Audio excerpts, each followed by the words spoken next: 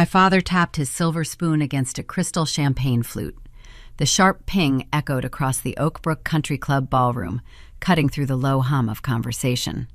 200 guests in tailored suits and silk dresses turned their attention to the stage. Hector Garcia, CEO of an Illinois agribusiness empire, stood at the microphone. He beamed down at table 1. My older sister Maya sat there glowing in a custom maternity gown, resting her manicured hand on her 4-month bump. Beside her sat Brett, her husband, wearing a smug smile and a gold watch he bought with my father's money. To Maya and Brett, my father announced, his voice thick with pride, "Tonight, we celebrate 40 years of marriage for Sylvia and me. But we also celebrate the dawn of our family's next generation, the very first grandchild." People raised their glasses. Polite applause rippled through the room. The scent of roasted prime rib and expensive lilies hung heavy in the air. Then, my father's eyes scanned the crowd. He bypassed the state senators and the corporate board members, finding me standing near the service doors in the back. I held a glass of plain, sparkling water. "And Layla," he said over the speakers. The warmth drained from his tone, replaced by a cutting edge meant to put me in my place. "When is it going to be your turn? Do not make us wait forever." The crowd chuckled. A few people turned in their chairs to look at the unmarried, childless disappointment. I took a slow sip of my water. The carbonation popped sharp against my tongue. I lowered the glass, held his gaze across the sea of white linen tables, and spoke clearly into the sudden quiet. "She is 11 months old, Dad, and you were invited." The laughter died instantly. Nobody moved. The silence grew so heavy you could hear the air conditioning humming in the ceiling. My father stared at me, his jaw slack, the champagne flute frozen halfway to his mouth. My mother, Sylvia, half rose from her chair, her face draining of color. Before I explain how a billionaire patriarch managed to miss the first year of his actual first grandchild's life, take a second to hit subscribe. Welcome to Revenge Order. Let me know your age and where you are listening from in the comments below. Because if you have ever been the invisible daughter, you are going to want to hear every word of this. Let me take you back to Des Moines, Iowa, 2 years ago. I'm 31 years old. I work as a data actuary for a national insurance firm.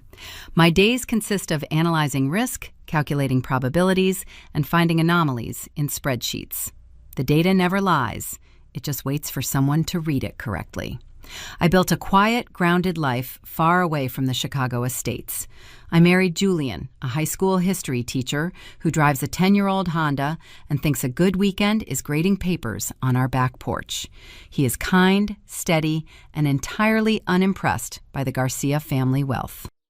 I thought 600 miles was enough distance to protect me from my mother's manipulation and my sister's insatiable need to be the center of the universe. I thought I had built a fortress they could not breach. I was wrong. Toxic families do not just let you walk away. When they realize they cannot control your life, they simply try to rewrite your reality. And the moment I found out I was pregnant, they saw an opportunity to erase mine. Iowa smelled like damp earth and brewing thunderstorms. I sat on our thrifted patio furniture one late April morning, wrapping my cold hands around a ceramic mug of decaf coffee. Julian was inside our narrow kitchen, humming along to a vintage vinyl record while cracking eggs into a skillet. Our house was small. The floorboards creaked in the hallway whenever the temperature dropped, and the guest bathroom shower possessed a stubborn drip if you failed to wrench the handle tight. To my family back in Illinois, this place was a shack beneath their notice. To me, it was the first piece of the world where I felt safe.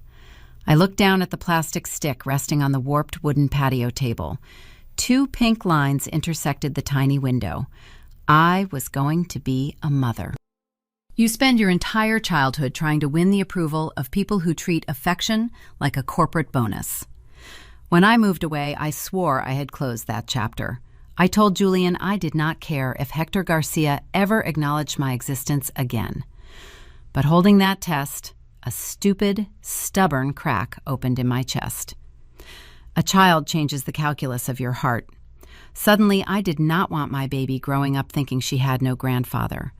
I wanted to believe my father, underneath the spreadsheets and the boardroom ruthlessness, possessed a pulse. I wanted to give him the chance to prove he could be a grandfather, even if he failed at being a dad. I picked up my cell phone and dialed the main house line at the Chicago estate. I timed it perfectly. Sunday morning, 10 o'clock. Dad always sat in his mahogany study at this hour, reading the financial papers while drinking black espresso. He never carried his cell phone on Sundays, leaving the landline as the only direct route. The line rang twice. A familiar voice picked up, smooth and polished. "Layla, what a surprise." My mother, Sylvia.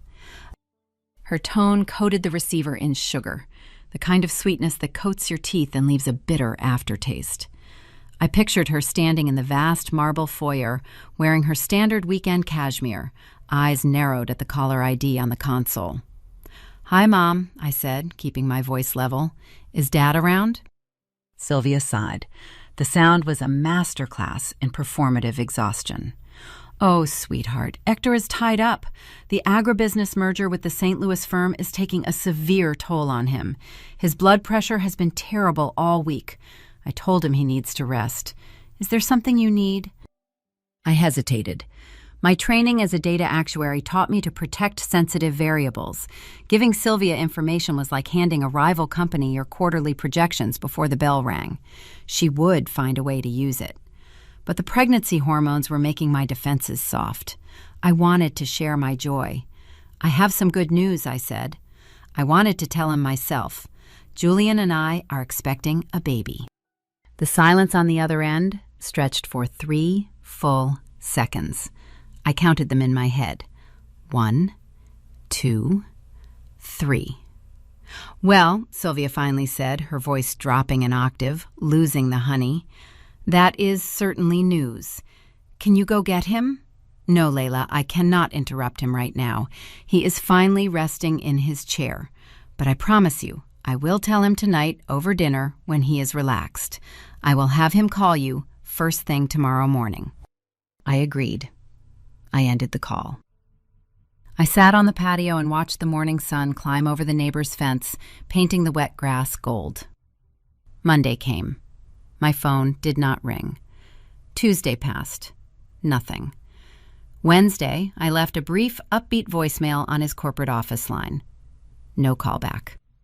I told myself he was navigating the merger. I told myself Sylvia was waiting for the perfect moment. By week 20 of my pregnancy, my ankles began to swell. I started getting blinding headaches that radiated from the base of my skull to the space behind my eyes. During a routine checkup, my obstetrician frowned at the blood pressure cuff, pumped it up again, and let the air hiss out slowly. Preeclampsia. The word hit the sterile clinic air with the weight of a judge's gavel. The doctor explained the risks with clinical detachment: organ damage, potential seizures, premature delivery. I was placed on immediate, strict bed rest. My world shrank to the 4 walls of our Iowa bedroom. I was trapped. I could not stand up for more than 10 minutes without seeing spots dance across my vision. I certainly could not get into my Honda and drive 600 miles across the Midwest to demand answers from my father in person. Julian became my nurse, my chef, my entire support system.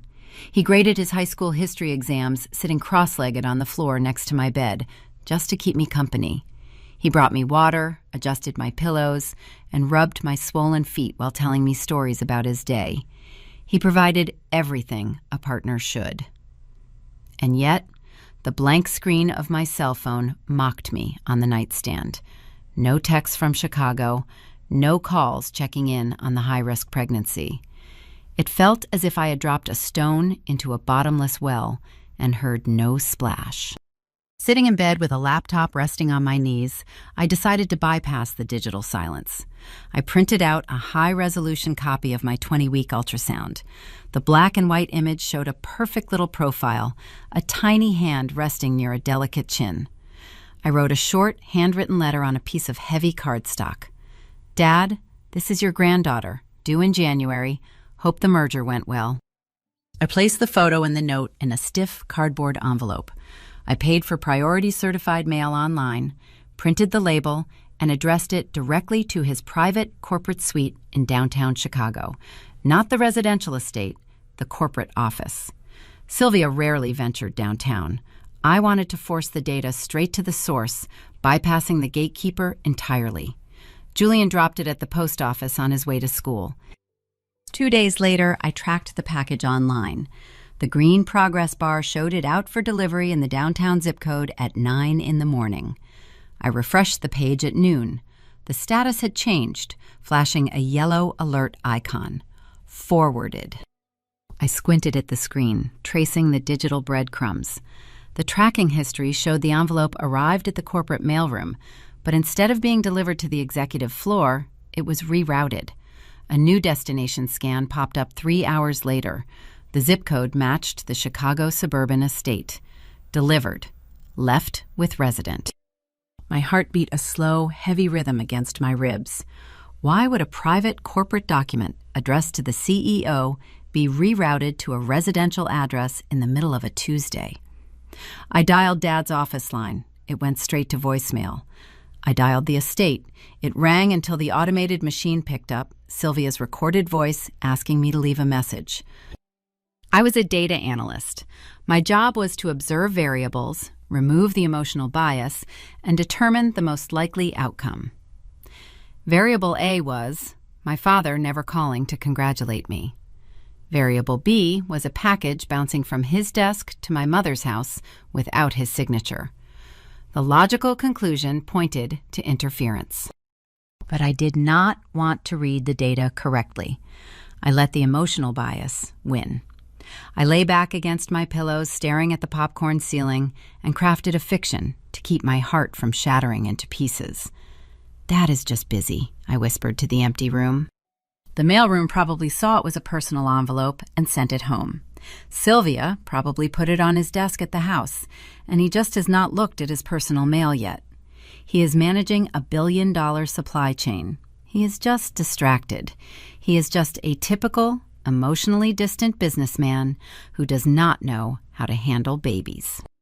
I spun a cocoon of excuses to protect myself from the freezing reality of rejection. I spent the next 4 months living inside that cocoon, convinced I was just the neglected daughter of a busy man. I was preparing to give birth without a single word of encouragement from my bloodline. I thought I knew how bad the situation was.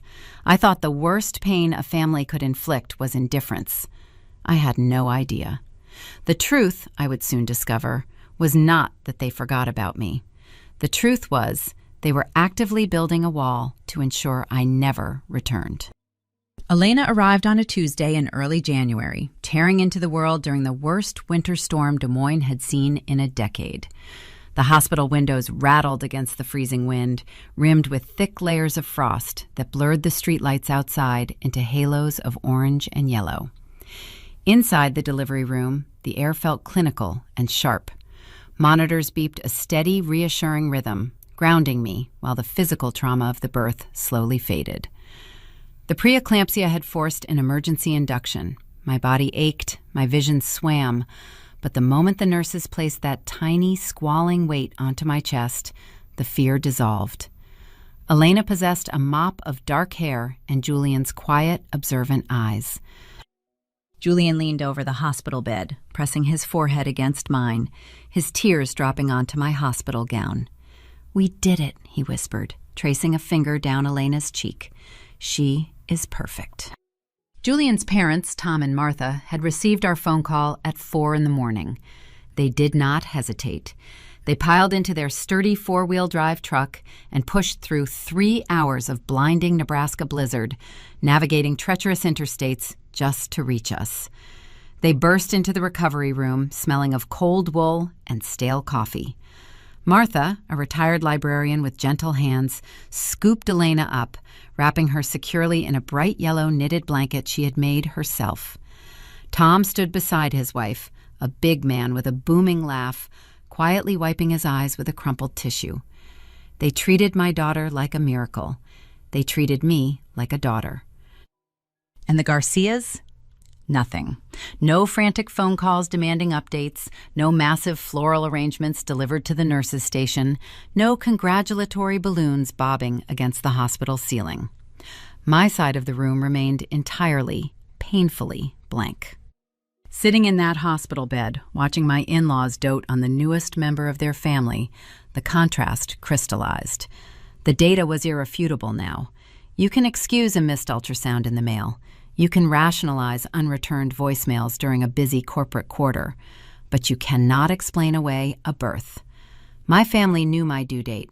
They knew I had a high-risk medical condition. Their absence was not an oversight. It was a choice. I waited 2 weeks before making my final move. I refused to let my daughter's arrival vanish into the void without leaving a permanent, physical record. I logged onto a boutique stationery website and ordered a custom birth announcement. I did not choose the standard paper card. I upgraded to a premium navy blue leather-bound portfolio. The cover featured Elena's name stamped in heavy gold foil. Inside, a thick ivory mat board framed a stunning photograph of her sleeping in the yellow blanket, alongside her birth weight, height, and the exact time she entered the world. The item possessed the weight and presence of a legal document. It commanded attention. I placed the leather portfolio into a rigid shipping box. This time, I took no chances. I paid an exorbitant fee for overnight courier delivery. I required a direct signature upon receipt. I addressed the package exclusively to Hector Garcia, CEO. I bypassed the standard mailroom delivery instructions, utilizing a priority corporate routing code I remembered from my college internship. The code guaranteed the envelope would bypass the first-floor sorting bins and travel straight up the private elevator to the executive suite. The next morning, I sat at my home office desk, sipping hot tea while bouncing Elena in her rocker with my foot. I pulled up the courier tracking dashboard. The interface logged the package's journey block by block through downtown Chicago. Out for delivery. Arrived at corporate security.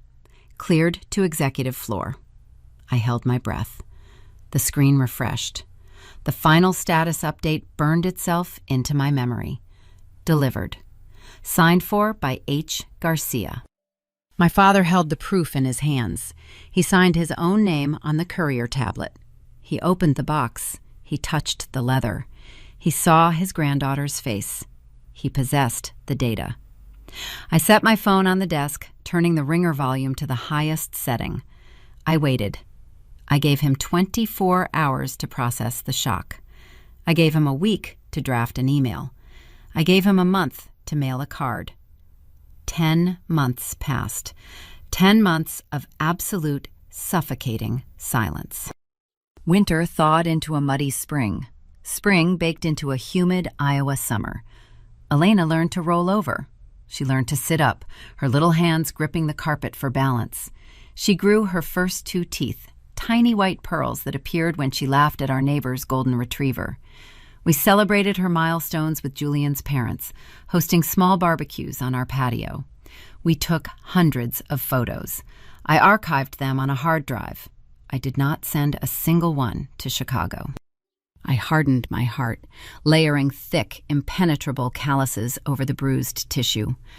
I threw myself back into my career, analyzing risk probability models with cold precision. I treated my bloodline like a closed account.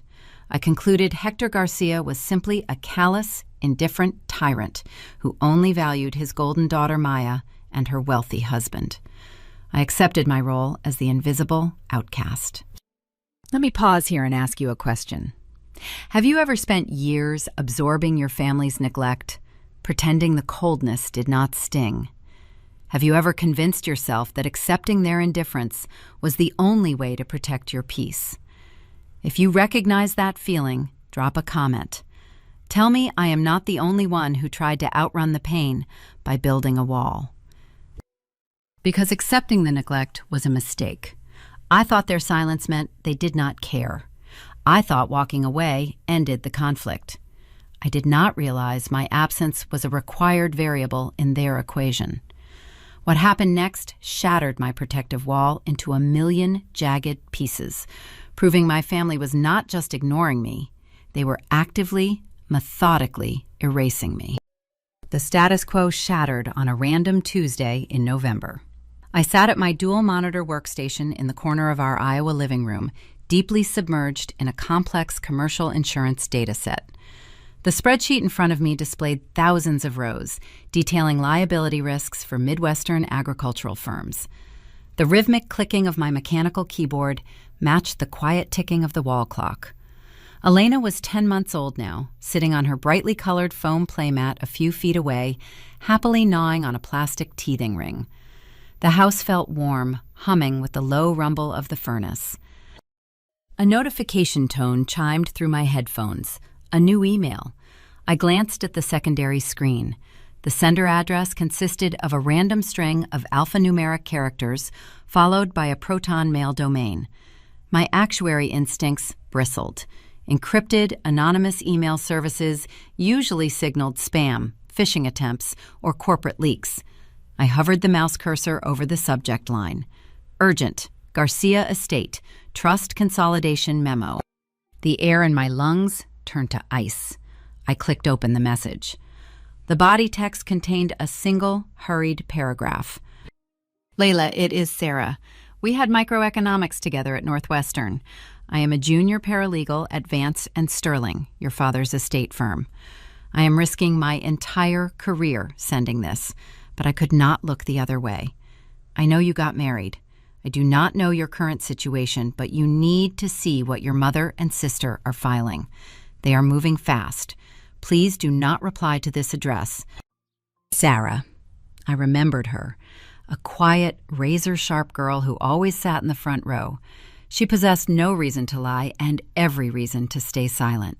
The fact that she bypassed strict corporate confidentiality protocols to reach out to me signaled an anomaly of catastrophic proportions. I double-clicked the attached PDF document. The file opened, displaying the official watermarked letterhead of my father's elite Chicago law firm. The document was an internal legal directive, drafted just 4 days prior. The header read, Instructions for Rerouting Generational Trust Assets. I scrolled down, my eyes tracking the sterile, precise legal jargon.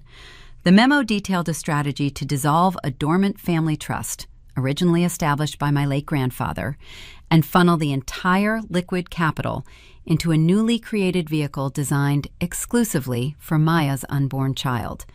The sum listed in the margin made my stomach drop. 7 figures. But the money was not the trigger. The trigger buried itself in Section 4, Paragraph 2, the legal justification for the sudden consolidation. I leaned closer to the monitor, reading the sentence 3 times to ensure my brain was processing the text correctly.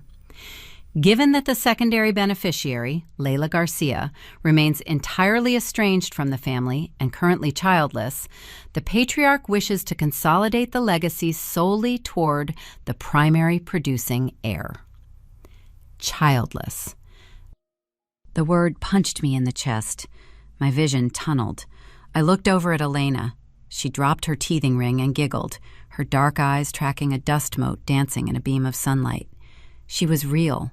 She was breathing. She weighed 20 pounds and possessed 10 tiny fingers. Childless. My father did not simply favor Maya. He did not just ignore my courier package. He legitimately, legally believed I possessed no children. My hands began to shake. I pulled up my digital archives, opening the tracking history for the leather-bound baby album I had mailed back in January.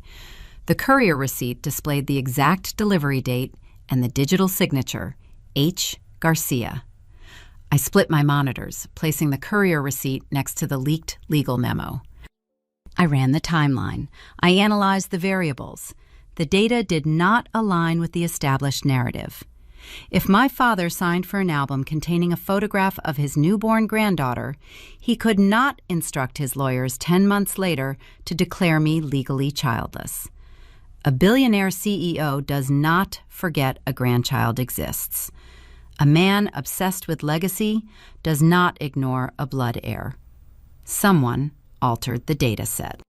I pulled up a third window, searching my digital phone records for the week the package arrived in Chicago. I found a cluster of missed calls from my mother's cell phone on that exact Tuesday afternoon. At the time, I assumed Sylvia was calling to deliver a performative, backhanded compliment about the baby album. I had ignored the calls, refusing to engage with her toxicity. Now, staring at the timestamps, a sickening new hypothesis formed. Sylvia did not call to congratulate me. She called to ensure I was still in Iowa. She needed to verify my location before she executed a containment protocol.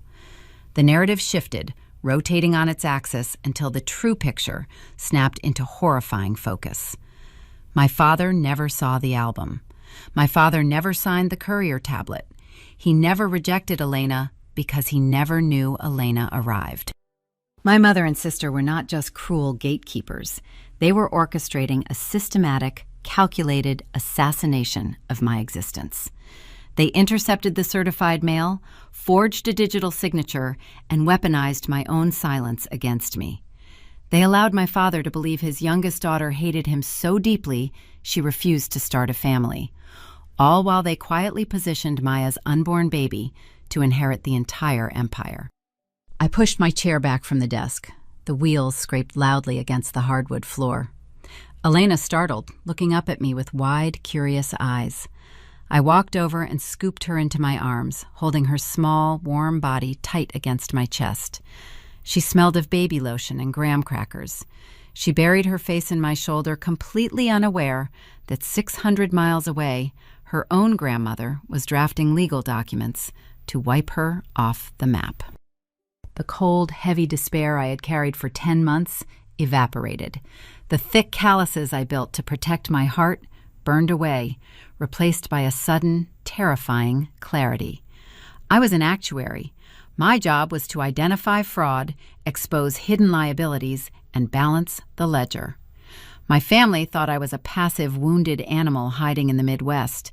They thought my silence equaled surrender. They assumed the invisible daughter would stay invisible forever.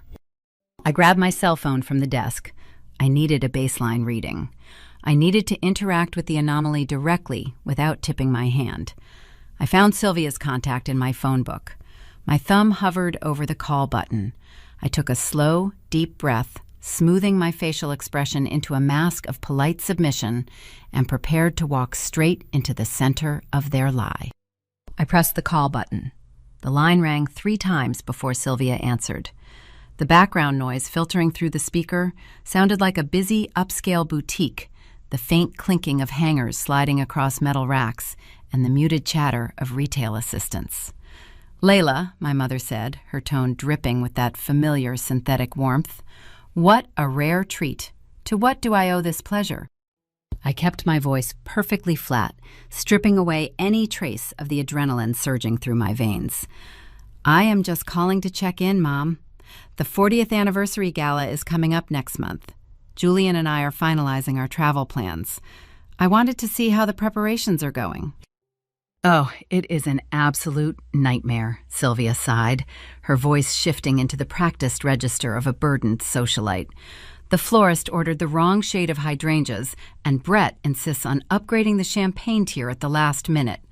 Maya is so exhausted with the pregnancy, I am basically managing the entire event myself. But we are managing. I am sure it will be beautiful," I replied. "Is Dad excited for the party? Is he looking forward to seeing me?" Sylvia paused. The ambient noise of the boutique seemed to fade, leaving a sharp, heavy silence on the line. When she spoke again, her voice dropped, adopting the hushed, confidential tone she reserved for delivering calculated, emotional strikes. "Sweetheart, you know how your father is," she murmured. "He is putting on a brave face for the public, but privately he is struggling. He is still carrying a lot of resentment toward you." "Resentment over what exactly?" "You disappearing to Iowa, refusing to engage with the family business. And honestly, Layla, he is deeply hurt that you never settled down and started a family. Seeing Maya glowing and pregnant, it just reminds him that his youngest daughter chose a different path. He feels like you rejected his legacy." I squeezed the phone tighter, my knuckles turning white.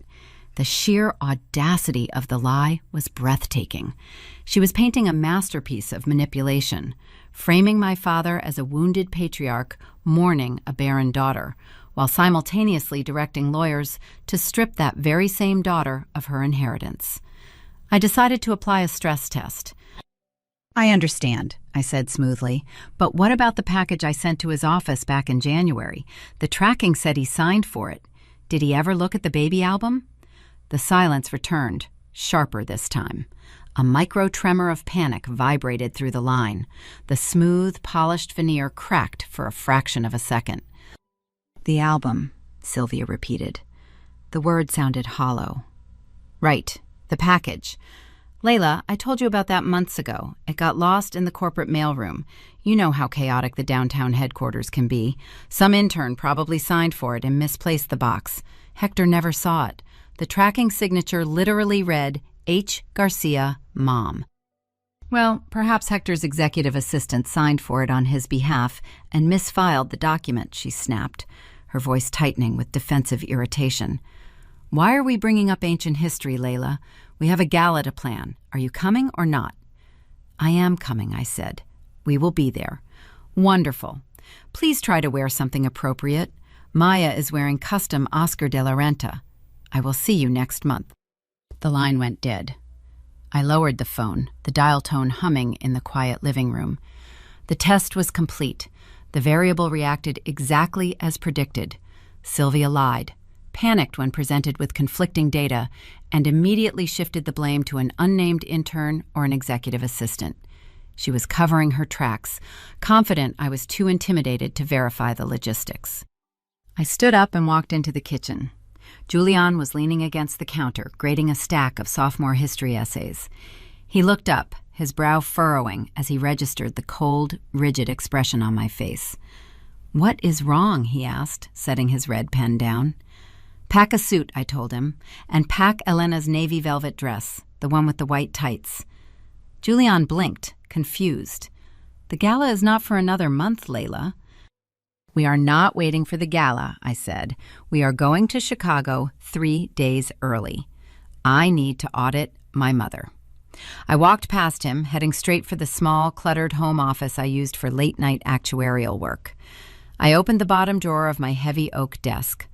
The drawer served as a graveyard for old keys, dead batteries, and obsolete electronics. I rummaged through the tangled cords and loose paper clips until my fingers brushed against a smooth, familiar piece of hard plastic. I pulled it out. An old, rectangular corporate access fob. When I was 20 years old, a junior in college, my father forced me to complete a summer internship at his downtown headquarters. He handed me this electronic fob on my first day, explaining that it granted unrestricted access to the private executive elevator and the secured archives. After the internship ended, I moved to Iowa. A year later, during a tense phone call regarding my decision to marry a public school teacher instead of a corporate banker, Sylvia informed me that Hector was so enraged he permanently deactivated my security clearance. She explicitly stated I was no longer welcome in his corporate domain. I stared at the scratched black plastic resting in my palm. The faded silver lettering of the agribusiness logo stared back. In my profession, you do not trust secondary sources. You verify the data yourself. If Sylvia lied about my father mourning a childless daughter, if she lied about a mailroom intern losing a certified package, she likely lied about the security clearance. She needed me terrified of my father's wrath. She needed an invisible electric fence to ensure I never drove to Chicago and walked into his office. I slipped the fob into my pocket. The rules of engagement had changed. I was no longer playing the role of the submissive, exiled sibling waiting for scraps of affection. I was an actuary dealing with a massive compliance failure. My family treated my life like a corrupt spreadsheet, deleting the rows that inconvenienced their legacy. They thought they deleted my daughter. I zipped up my winter coat, grabbed my car keys, and looked back at Julian, who was now holding Elena in his arms. I am driving to Illinois tomorrow morning, I said. You and Elena will take a flight 3 days later and meet me at the hotel. What are you going to do? Julian asked, his voice laced with quiet concern. I am going to test the perimeter, I replied. The next morning, I aimed my Honda east, driving straight into the freezing Midwestern wind. The gray skyline of Chicago loomed on the horizon like a fortress of glass and steel. I was about to find out if the electric fence was real or just another phantom barrier designed to keep the invisible daughter out in the cold. The drive into downtown Chicago felt like crossing a hostile border. The gray winter sky hung low, pressing down on the glass and steel skyscrapers that dominated the skyline. I pulled my faded Honda into the subterranean parking garage beneath the Garcia Agribusiness headquarters. My car sat parked between a gleaming Porsche and a black town car, an obvious anomaly in a space reserved for executives. The underground air tasted of exhaust and cold concrete. I turned off the engine, gripping the steering wheel until my fingers ached. I stepped out, wrapping my wool coat tighter around my shoulders, and walked toward the primary elevator banks. The main lobby of my father's corporate empire was a monument to intimidation. Vaulted ceilings, imported Italian marble floors, and a row of security turnstiles guarded by men in tailored suits. Standard visitors had to surrender their identification, undergo a background check, and wait for an escort. I bypassed the reception desk entirely. I turned down a narrow, polished hallway leading to a discreet alcove. There, set into a paneled oak wall, sat the private executive elevator. No buttons, no floor directory, just a sleek black card reader mounted at waist height. My mother spent years cultivating the narrative that my father despised me. She insisted he ordered security to blacklist my name. She painted a picture of a wrathful patriarch locking his fortress against a disappointing child. I pulled the scratched plastic fob from my coat pocket. My pulse hammered a frantic rhythm against my throat. If the light flashed red, Sylvia told the truth, and I was trespassing. If the light flashed green, my entire exile was built on a calculated fabrication. I pressed the plastic against the black reader. A sharp beep pierced the quiet hallway. A tiny LED light shifted from solid red to a vibrant, glowing green. The heavy steel doors slid open with a quiet, mechanical hiss. I stepped inside. As the elevator ascended toward the penthouse suite, a cold, clinical anger settled over my bones. My father never revoked my clearance. He never ordered security to bar my entry. Sylvia engineered the rejection, utilizing my own fear to ensure I never called her bluff. She knew I possessed too much pride to test a locked door. The doors parted. The executive floor smelled of rich espresso, lemon furniture polish, and quiet authority. The thick carpet absorbed the sound of my boots as I walked past the silent conference rooms toward the corner suite. Sitting behind a massive, semicircular desk outside my father's office was Beverly. Beverly had guarded Hector Garcia's schedule for 2 decades. She possessed silver hair cut into a sharp bob, reading glasses perched on the bridge of her nose, and an encyclopedic knowledge of every corporate secret in the building.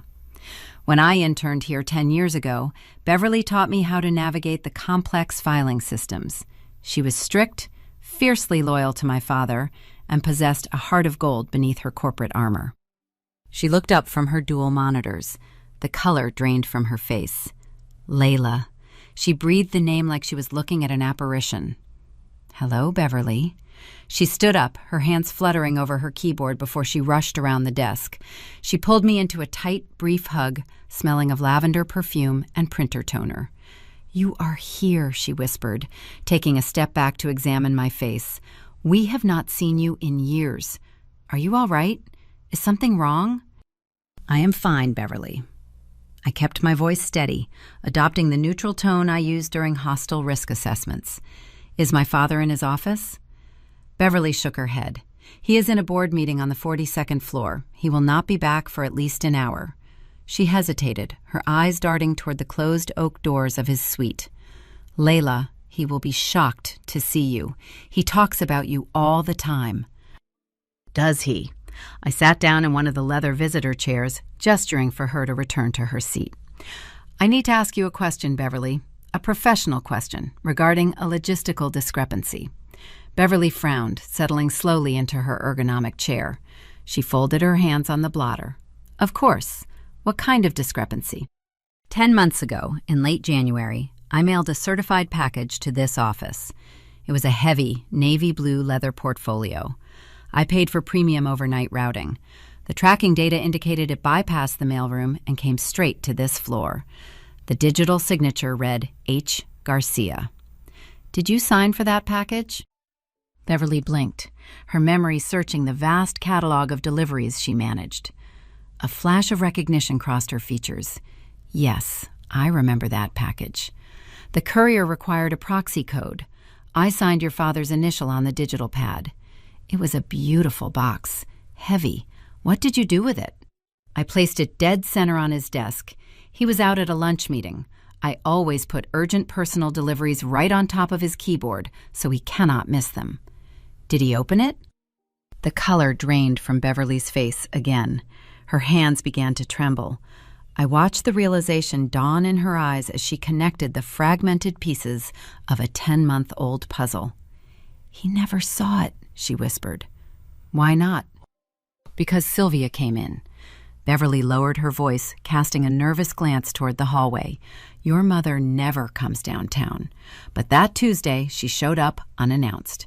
She claimed she wanted to surprise Hector and wait for him to return from his meeting. I made her a cup of coffee and went down to the legal department to retrieve a contract. I was gone for 20 minutes.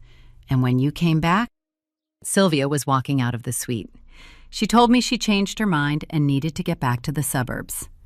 Beverly swallowed hard, a tear spilling over her lower lash line. When Hector returned, the desk was clear. The box was gone. I assumed Sylvia took it home to open it together. I never asked. Layla, what was in that box? It was my daughter's birth announcement. Beverly covered her mouth with both hands. A stifled sob escaped her throat. She looked at me with an expression of pure, unadulterated horror. Oh my God, Beverly cried, her voice cracking. Layla, he does not know. He does not know I have a child, I confirmed. He thinks you hate him, Beverly wept, reaching across the desk to grasp my hand. Her fingers felt like ice. Ever since you moved away, Sylvia has been feeding him poison. She tells him you refuse to take his calls. Last December, he stood right here at this desk holding the mail bin. He asked me if a Christmas card arrived from Iowa. When I told him no, he canceled his afternoon meetings and sat in his office with the lights off. He thinks you disowned the bloodline. The betrayal hit me like a physical blow. The air in the suite grew thin. My mother was not just throwing away pieces of mail. She was physically infiltrating a secured corporate environment to intercept the evidence of my life. She watched her husband sink into a severe depression, mourning a daughter he thought abandoned him, and she smiled over the dinner table while doing it. She built a prison of grief around my father, locking herself inside with him, ensuring Maya remained the only source of light. I needed to secure the data. I could not rely on tears and memory. I needed paper. Beverly, I said, squeezing her cold fingers, I need you to type exactly what you just told me into a blank document. Include the date of the delivery, state that you placed the package on the desk, note Sylvia's unannounced arrival, and confirm the package's disappearance. Layla, I could lose my pension. You are a witness to mail theft, I replied. I am not going to show this to Human Resources. I am building a ledger, and I promise you, when the audit is complete, you will not lose a single dime. Beverly stared at me. She saw the iron resolve in my posture. She nodded, wiped her eyes, and turned to her keyboard. The rapid clacking of the keys filled the quiet space. 5 minutes later, the laser printer hummed to life. Beverly handed me the single sheet of paper. She signed her name at the bottom in blue ink. I folded the affidavit and slid it into my coat pocket. Are you going to wait for him? Beverly asked, looking toward the heavy oak doors. You can tell him the truth right now. I stood up. No. If I walked into his office today, I would just be a disgruntled daughter making wild accusations against a wife of 40 years. My father was a man of evidence, spreadsheets, and contracts. He would demand proof. He would confront Sylvia, and she would simply claim she lost the package or threw it away by accident. She would gaslight him into believing I was trying to ruin their anniversary.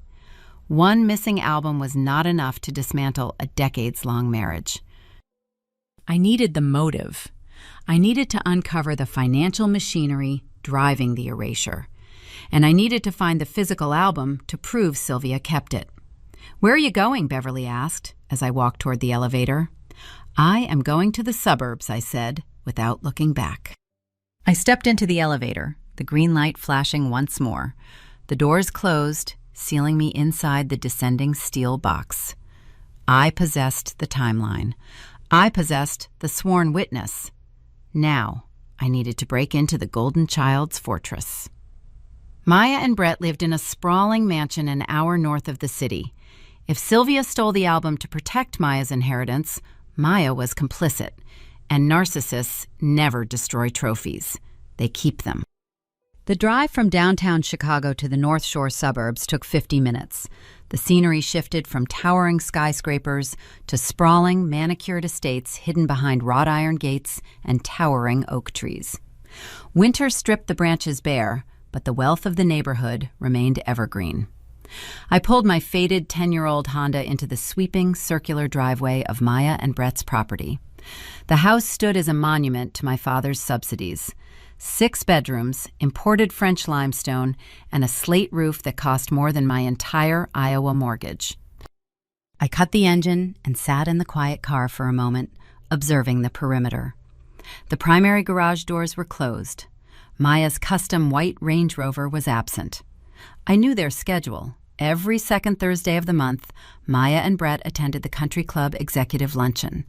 They spent 2 hours drinking mimosas and networking with other trust fund beneficiaries, performing the roles of the busy, successful corporate couple. They would not return until 2 o'clock. I stepped out into the freezing wind, walked up the bluestone steps, and rang the doorbell. A minute later, the heavy oak door swung open.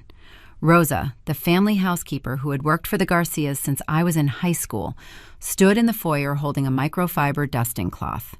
Her eyes widened, a warm, genuine smile breaking across her lined face. "Miss Layla," she exclaimed, stepping back to let me inside. "You are here!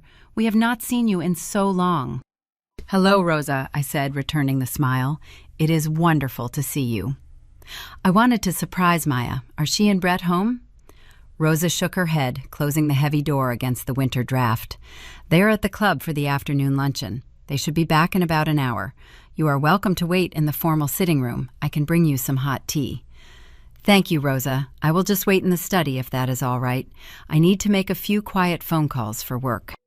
"Of course," she agreed, turning back toward the kitchen wing. "Make yourself comfortable." I walked down the wide, silent corridor. The house smelled of expensive sandalwood diffusers and fresh paint. I located Maya's home office at the end of the hall. I turned the brass knob, slipped inside, and closed the door with a soft click. The room was a pristine, sterile environment, curated specifically for social media. White lacquered furniture, gold geometric accents, and a faux sheepskin rug. Framed magazine clippings highlighting Brett's minor corporate achievements hung on the walls, alongside professional maternity portraits of Maya looking wistful and radiant. There was no clutter, no disorganized paperwork, no sign of actual labor. It was a showroom. I scanned the space. Narcissists do not throw away their trophies. They collect evidence of their victories. If my mother stole my baby album to protect Maya's status as the sole heir, Maya would demand to keep the spoils. She would want the physical proof of my erasure locked away in her own domain. My eyes landed on a custom-built credenza behind the white desk. I knelt on the rug and opened the double doors. Tucked inside the lower shelving unit sat a sleek, dark gray digital safe. It featured a blank, black glass interface. No keyhole, just a touch-sensitive number pad. I reached out and brushed my fingertips against the glass. The interface woke up, illuminating a grid of blue numbers. A small digital display at the top flashed a warning. Enter 6-digit PIN. Unrecognized entry will trigger security alert. I pulled my phone from my pocket and checked the time. If I triggered the alert, the smart home security system would send an immediate push notification to Maya's cell phone. I would have exactly 60 seconds before the system initiated an automated lockdown and dialed the local police precinct. A cliché burglar might try to pick a physical lock with a paperclip. I was an actuary. I cracked systems by profiling human behavior and exploiting predictable statistical variables. Maya viewed herself as the center of the universe. She did not value random number generators. She utilized dates that cemented her status. I took a breath, letting my analytical training take over. Attempt 1. I needed a date that represented her greatest social triumph. I tapped the blue glass. 0, 6, 1, 5, 1, 8. June 15th, 2018, the date of her lavish $500,000 wedding. The screen blinked. Incorrect PIN. 2 attempts remaining. Security alert pending. I remained perfectly still. Attempt 2. I shifted to the most basic narcissistic trait, self-obsession. I typed her own birth date, 041292. The screen blinked again.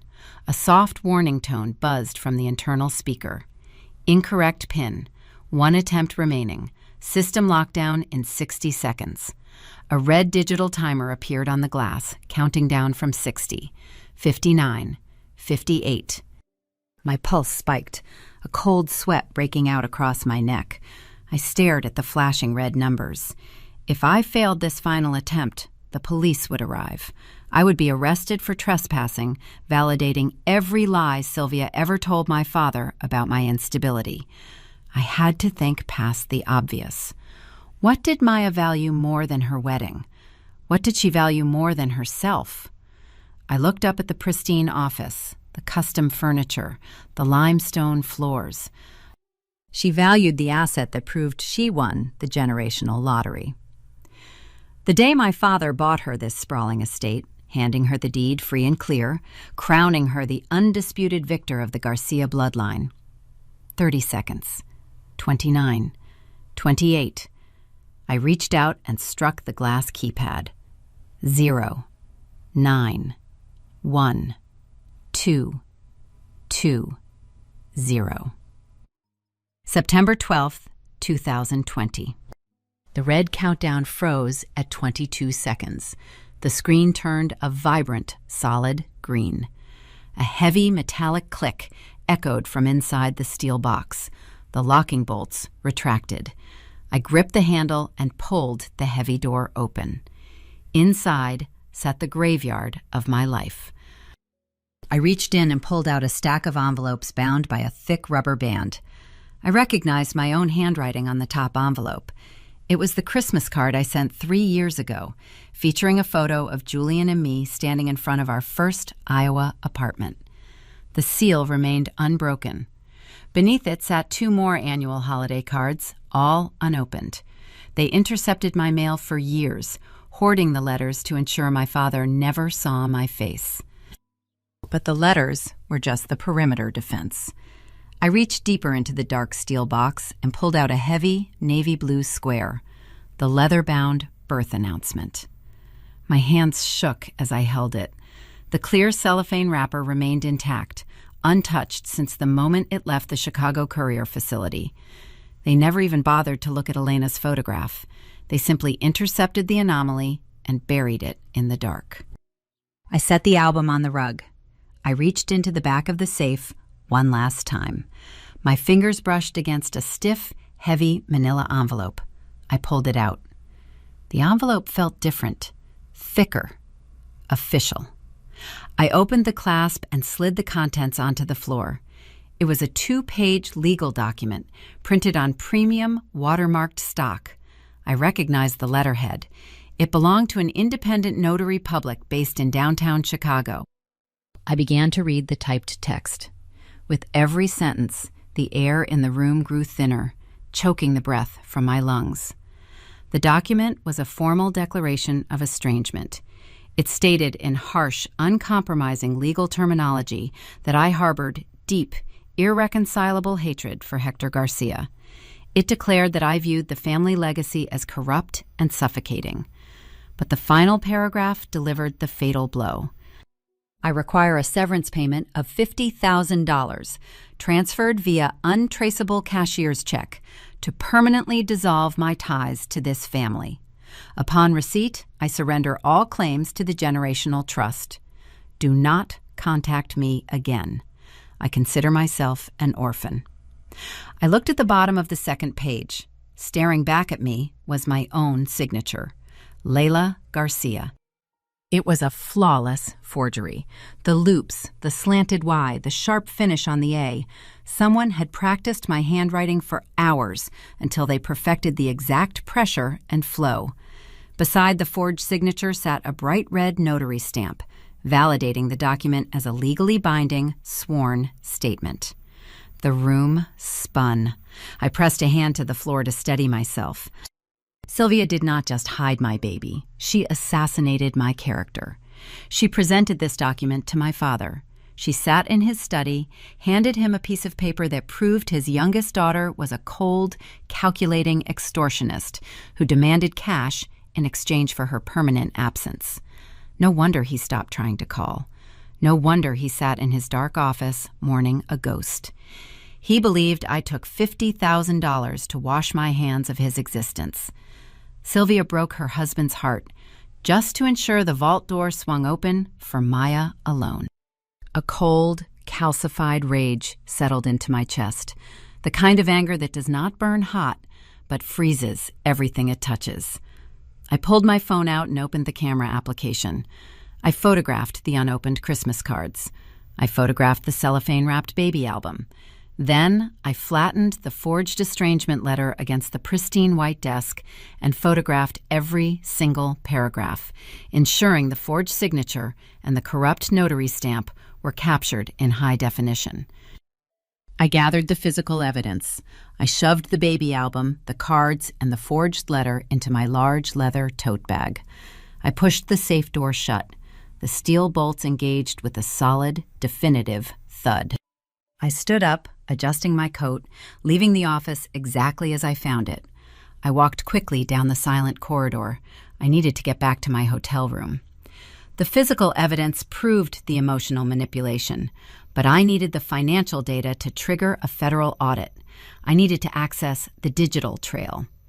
I reached the foyer just as the distinct crunch of tires rolling over gravel echoed through the front door. I froze.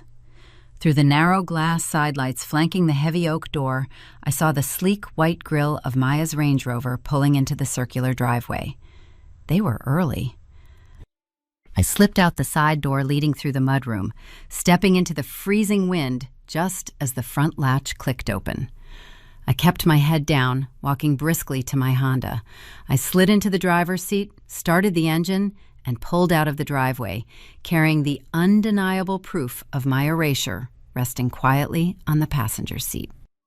I locked the deadbolt on my generic downtown hotel room door and dropped my heavy tote bag onto the unmade mattress. Outside the window, the Chicago skyline transitioned from a dull afternoon gray into the harsh electric glow of early evening.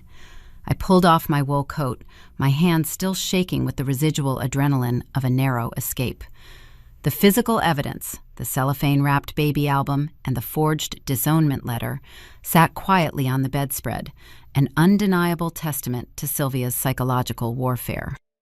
But psychological warfare does not carry a federal prison sentence. It does not freeze bank accounts. If I walked into the anniversary gala armed only with hurt feelings and a stolen photo album, my mother would simply spin the narrative. She would paint me as a hysterical, jealous daughter crashing a celebration, gaslighting my father until he called security. I needed the math. I opened my laptop on the small laminate desk near the window. When I turned 18, my father required every family member to sync their personal devices to a centralized, encrypted cloud server managed by his corporate IT department. He cited security concerns. The system archived text messages, scanned PDF documents, and backed up photo libraries. When I moved to Iowa, Sylvia assured my father she instructed the IT department to revoke my access credentials and purge my user profile. I was about to test a theory.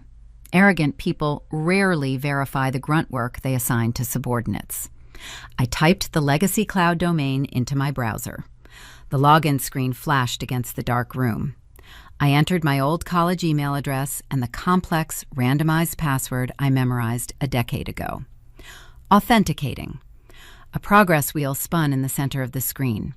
5 seconds passed. 10 seconds. Access granted. The dashboard materialized, populated by neat rows of digital folders. Sylvia never verified the IT order. She simply assumed I lacked the technical competence to check the back door. I clicked open the master directory, navigating straight past the photo albums and shared family calendars. I plunged directly into the synced communication logs and financial subfolders. I am a data actuary. My profession relies on identifying statistical anomalies. I do not look for the crime. I look for the shadow the crime casts on a spreadsheet. I began running targeted keyword searches across Maya and Brett's synced text message histories. I filtered for terms like liquidate, transfer, offshore, and notary. Within 20 minutes, the system returned a massive cluster of hits spanning the previous 14 months. At first glance, the data pointed toward Brett. My sister's husband loved performing the role of the aggressive, high-rolling corporate vice president. He possessed a penchant for bespoke Italian suits, expensive cigars, and loudly discussing his investment portfolio at family dinners. The initial text logs revealed Brett frantically shuffling money between various limited liability companies registered in the Cayman Islands. I assumed Brett orchestrated a rogue embezzlement scheme, utilizing Maya's proximity to my father to bleed the family accounts dry. But as I dug deeper, the red herring dissolved. Brett was not a criminal mastermind. He was an incompetent pawn drowning in catastrophic day trading debt. He hemorrhaged millions in leveraged tech stocks and crypto crashes. He was desperate, bleeding cash, and utterly terrified my father would discover his catastrophic failures and cut him off. The true architect of the fraud hid behind Brett's loud incompetence. I opened a synced folder containing Sylvia's encrypted chat logs with Maya. The timeline provided the missing context. 14 months ago, Sylvia discovered Brett's staggering debt. Instead of exposing him to my father, she realized Brett's financial ruin threatened her own pristine social standing. She needed to plug the hole. But Hector kept a tight grip on the family's liquid assets. The only way to access the deep reserves required triggering a specific clause in the generational trust. I pulled up a scanned PDF of the original trust document. Section 2 detailed the trigger event. A multi-million-dollar cash disbursement would unlock automatically upon the verified birth of Hector Garcia's first legitimate grandchild. The timeline locked into a perfect, terrifying sequence. 11 months ago, I gave birth to Elena. If my father discovered his first grandchild arrived in Iowa, the generational trust would automatically execute an unannounced, mandatory federal audit to disperse the funds. A federal audit would review every financial transaction linked to the Garcia estate, exposing the gaping, multi-million-dollar hole Brett created. Sylvia and Maya did not hide Elena because they hated me. They hated me, certainly, but malice was merely the byproduct. They hid my daughter because her existence triggered the financial guillotine. I began pulling the wire transfer receipts. To cover Brett's initial losses before Maya got pregnant, Sylvia forged Hector's signature on a series of complex corporate restructuring loans. She siphoned the corporate loan cash into Brett's offshore accounts, temporarily balancing the books. But corporate loans carry strict repayment schedules. Sylvia and Maya needed the generational trust to unlock. so they could use the massive cash disbursement to quietly pay back the forged loans before the corporate auditors noticed the missing capital. They needed Maya to get pregnant. Fast. Maya secured the pregnancy 4 months ago. Sylvia immediately began drafting the legal paperwork to ensure the trust recognized Maya's unborn baby as the singular trigger event. They forged the estrangement letter in my name to ensure Hector never reached out to Iowa, effectively erasing me from the beneficiary pool and neutralizing the threat of an automatic audit. They built a multi-million-dollar house of cards. They used my father's blind joy over Maya's pregnancy as a shield, forging his signature on illegal loans while smiling at him across the dinner table. And they used my silence to bury the evidence. I sat back in the rigid hotel chair, staring at the illuminated monitor. The scope of the betrayal transcended emotional cruelty. My mother was not just a toxic gatekeeper protecting her favorite child. She was a calculating felon, committing staggering SEC violations, wire fraud, and elder abuse. She weaponized my father's legacy to fund her son-in-law's gambling addiction. I moved the cursor and initiated a mass download. I screenshot every encrypted text message where Sylvia instructed Maya to forge a document. I downloaded every wire transfer receipt detailing the movement of stolen corporate funds into Brett's Cayman Island accounts.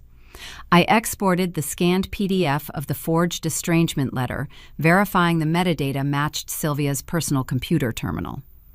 The download progress bar crawled across the screen. 70%. 80%. Complete. I transferred the encrypted files onto a sterile, external flash drive. I pulled the drive from the USB port, feeling the cold metal casing against my palm. I now possessed the motive, the means, and the undeniable receipts.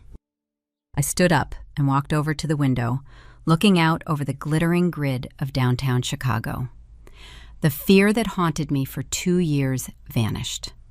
I no longer felt like the invisible, discarded daughter waiting for scraps of validation from a family that despised me. I felt the cold, analytical precision of my profession settling deep into my bones. But possessing the data was only the first step. To execute a controlled demolition of this magnitude, I needed an operator who understood the legal blast radius. If I walked into the police station with a flash drive, the investigation would take months. Sylvia would hire expensive defense attorneys, manipulate the narrative, and drag the process out until my father died of a broken heart. I needed a surgical strike. I needed to drop the bomb in a setting where Sylvia could not control the optics, backed by an authority she could not dismiss. I reached for my cell phone, pulling up the contact directory. I needed an unimpeachable ally.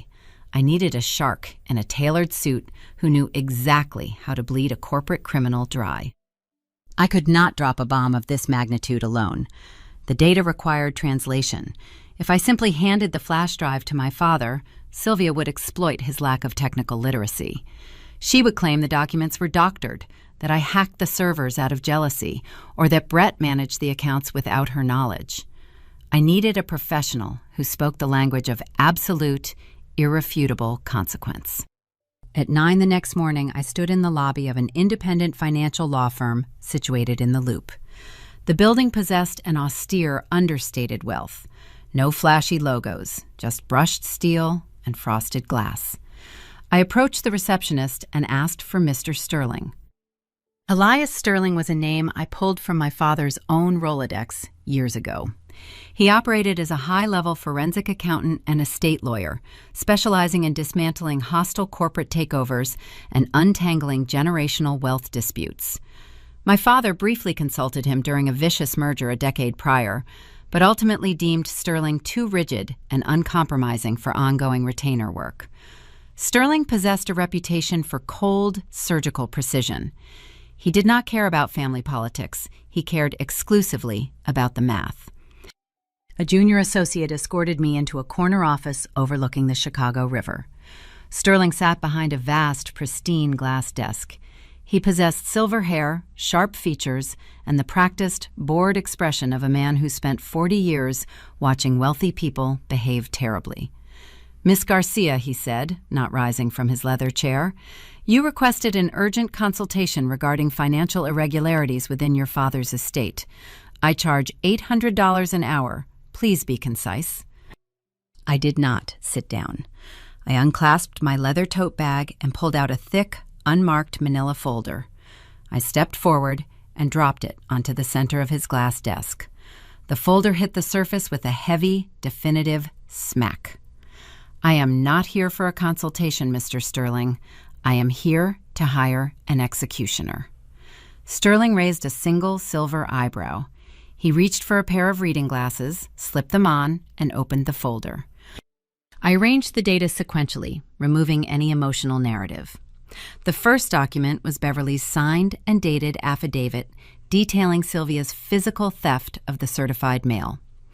The second document featured the high-resolution photographs of the unopened baby album and the intercepted Christmas cards locked inside Maya's safe. Sterling scanned the pages. "Mail theft and familial estrangement," he murmured, his tone dripping with profound disinterest. "Unpleasant, certainly, but hardly a matter for a forensic accountant. This is a domestic dispute, Miss Garcia. I suggest you hire a family therapist. Keep reading." Sterling turned the page. He stopped on the forged estrangement letter. His eyes tracked the typed text, lingering on the fraudulent signature and the bright red notary stamp. The bored posture vanished. He leaned forward, the glass desk squeaking slightly under his forearms. "This signature is a forgery," I stated. "Sylvia drafted it. Notice the metadata stamped in the upper right corner. It matches the IP address of my mother's primary desktop terminal at the estate." Sterling flipped the page again. Now he hit the financial payload, the offshore wire transfer logs, the forged corporate restructuring loans bearing Ektor's falsified signature, the encrypted text messages explicitly detailing Sylvia's strategy to siphon liquid assets into Brett's Cayman LLCs before the generational trust executed an automated audit. The silence in the office stretched, thick and vibrating with tension. Sterling did not speak. He read every single line of data, his eyes darting across the spreadsheets, cross-referencing the dates of the forged loans against the timeline of my daughter's birth. When he finally looked up, his expression was transformed. The mild annoyance dissolved, replaced by rigid, absolute shock. "This is not a domestic dispute," Sterling whispered, pulling off his reading glasses. "This is staggering. They bypassed internal corporate controls to execute multi-million-dollar fraudulent loans. They are actively orchestrating a federal wire fraud conspiracy to cover the deficit before the trust disperses the capital. And they used a forged document to eliminate a primary beneficiary to avoid triggering the compliance audit." He leaned back in his chair, staring at me with a new, profound respect. "This constitutes massive federal crimes, Miss Garcia. SEC violations, forgery, and severe systemic elder abuse against your father." "I know," I said. "You need to take this to the federal authorities immediately." "No.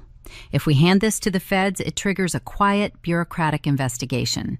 Sylvia will hire a fleet of defense attorneys. She will isolate my father, control his communication, and convince him I fabricated the evidence out of spite. She will drag the process out for years, draining his accounts to pay her legal fees. I will not allow her to control the narrative." "What is your objective?" I leaned over the glass desk, resting my palms on the cold edge. "I am attending my parents' 40th anniversary gala tomorrow evening. 200 guests, the entire Chicago agribusiness elite. State senators, banking executives, the people whose opinions my mother values more than oxygen." Sterling's eyes widened slightly. "You intend to present this evidence publicly?" "I intend to execute a controlled demolition," I corrected. "No screaming, no emotional outbursts. I am going to let my father take the stage and boast about his flawless legacy. I am going to let my mother stand under the crystal chandeliers and perform the role of the perfect matriarch. And then I am going to detonate the ledger. I need you in that room, Mr. Sterling. When I expose the emotional betrayal, I need an unimpeachable authority to drop the financial guillotine. I need you to hand my father this folder in front of his board of directors." Sterling stared at me. A slow, terrifying smile spread across his face. He reached for a heavy gold fountain pen resting near his keyboard. "Miss Garcia," he said, uncapping the pen, "I have spent my entire career watching parasites drain brilliant men dry. I would consider it a professional privilege to assist you in this liquidation." We spent the next 2 hours drafting the strategy. Sterling prepared official copies of the audit, bound in heavy legal portfolios. He verified the tracking numbers on the offshore accounts, preparing a brief, devastating verbal summary of the embezzlement to deliver to my father. I briefed him on the layout of the country club, identifying the optimal table placement to maximize the psychological impact. I walked out of the law firm at noon, the freezing wind whipping off the Chicago River. The anxiety that plagued me for 2 years was gone. I felt nothing but cold, absolute clarity. I pulled my cell phone from my pocket and dialed Julian. He answered on the second ring, the chaotic noise of a high school cafeteria echoing in the background. "Layla, are you all right? Did you find what you were looking for?" "I found the data, Julian. I need you to execute the final phase of the plan." "What do you need me to do?" "Pack the bags, drive to the Omaha airport, and board the early flight tomorrow morning. Check into the hotel suite I booked downtown." "Are we going to the gala?" "You are not attending the dinner," I instructed, my voice flat and precise. "You will wait in the hotel until 8 o'clock. Then you will dress Elena in her navy velvet dress. You will bring her to the Oakbrook Country Club lobby. You will stand by the marble fountain at exactly 8:30 p.m. Do not enter the ballroom. Just wait for my signal." Julian paused. The cafeteria noise seemed to fade. He knew me well enough to recognize the tone. It was the voice I used when a complex equation finally balanced. "Layla," he said quietly, "what is going to happen at 8:30? "I am going to introduce my father to his granddaughter," I replied, "and then I am going to permanently close my mother's account." I ended the call. I was no longer the wounded, invisible daughter begging for scraps of validation. I was a data actuary, armed with a weaponized ledger, and I was about to burn the false bridge to the ground. But setting a trap requires bait, and to ensure Sylvia and Maya walked directly into the blast radius without suspecting a thing, I needed to play the role of the defeated outcast one last time. The Oakbrook Country Club resembled a fortress of old money. Situated on hundreds of acres of manicured, dormant winter golf courses, the sprawling Tudor-style clubhouse boasted slate roofs, towering stone chimneys, and a circular driveway lined with dormant oak trees draped in thousands of tiny white fairy lights. Valets in crisp black uniforms scurried to open the doors of arriving Mercedes sedans and luxury SUVs. I arrived at 5 o'clock. 2 full hours before the official cocktail reception commenced. I wore a simple, unadorned, navy blue silk sheath dress. No heavy jewelry, no elaborate styling. I needed to remain visually unremarkable, blending into the background like a shadow. I slipped through the heavy mahogany side doors reserved for event staff, bypassing the grand foyer entirely. The main ballroom was a cavernous space transforming under the frantic energy of dozens of catering staff. They arranged towering centerpieces of white orchids, polished crystal stemware, and aligned silver cutlery with geometric precision. A raised stage occupied the far end of the room, flanked by heavy velvet curtains and a massive, dormant projection screen. I located the audio-visual control booth, situated on a raised platform near the rear service doors. A young technician wearing a black polo shirt sat hunched over a complex mixing console, unraveling a spool of HDMI cables. "Excuse me," I said, approaching the booth. "Are you managing the visual feeds for the Garcia Anniversary Gala tonight?" The technician looked up, pushing a pair of headphones off his ears. "Yeah, I am just running the final diagnostic on the projector array. Why? Do you need a microphone adjustment?" I pulled a sterile silver flash drive from my small clutch purse alongside a crisp, folded $100 bill. I placed both items gently onto the edge of his mixing console. I am Hector Garcia's daughter, I explained, keeping my voice bright and conspiratorial. I compiled a surprise tribute for my parents tonight. Just a single, high-resolution photograph. I need you to load this onto the primary server and queue it up. When my father finishes his toast to the family, I will signal you from the floor. I need you to drop the house lights and beam this image directly onto the main screen. The technician eyed the $100 bill.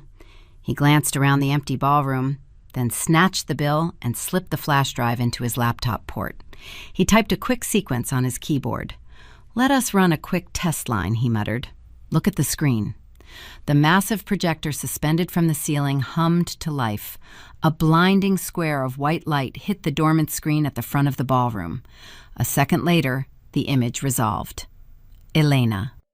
The photograph measured 11 feet tall and 20 feet wide. High definition captured every detail. The soft curve of her cheek, the dark, observant eyes mirroring Julian's gaze, the vibrant yellow yarn of the knitted blanket my mother-in-law crafted. Elena stared down at the empty ballroom, an undeniable, towering testament of existence. The sheer scale of the image was breathtaking. You could not look away. You could not ignore it. "Looks crystal clear," the technician confirmed, tapping a key to kill the projection. The screen plunged back into darkness. "Give me a clear hand signal when you are ready. I will kill the spots and throw the image up." "Thank you," I said, retreating from the booth. The trap was loaded. The mechanism possessed a hair trigger. Now I needed to ensure the targets remained completely oblivious to the wire sitting beneath their feet. I turned down a long, carpeted hallway leading toward the private event restrooms. I pushed open the heavy wooden door and stepped into a lavish space, lined with marble countertops, gold fixtures, and oversized gilded mirrors. I walked over to the sink, turned on the brass faucet, and splashed cold water onto my wrists to steady my racing pulse. The bathroom door creaked open behind me. The sharp, rapid click of expensive heels echoed against the marble tiles. I looked up into the mirror. Sylvia stood in the doorway. She wore a custom floor-length gown of shimmering silver beads. Diamond chandelier earrings brushed against her collarbones. Her hair was styled into an immaculate sprayed shell that defied gravity. She looked like a queen surveying her conquered territory. But beneath the heavy makeup and the sparkling jewels, her eyes betrayed a frantic, sharp anxiety. "Layla," Sylvia purred, stepping into the bathroom and letting the heavy door swing shut. "We are completely isolated." "Mom!"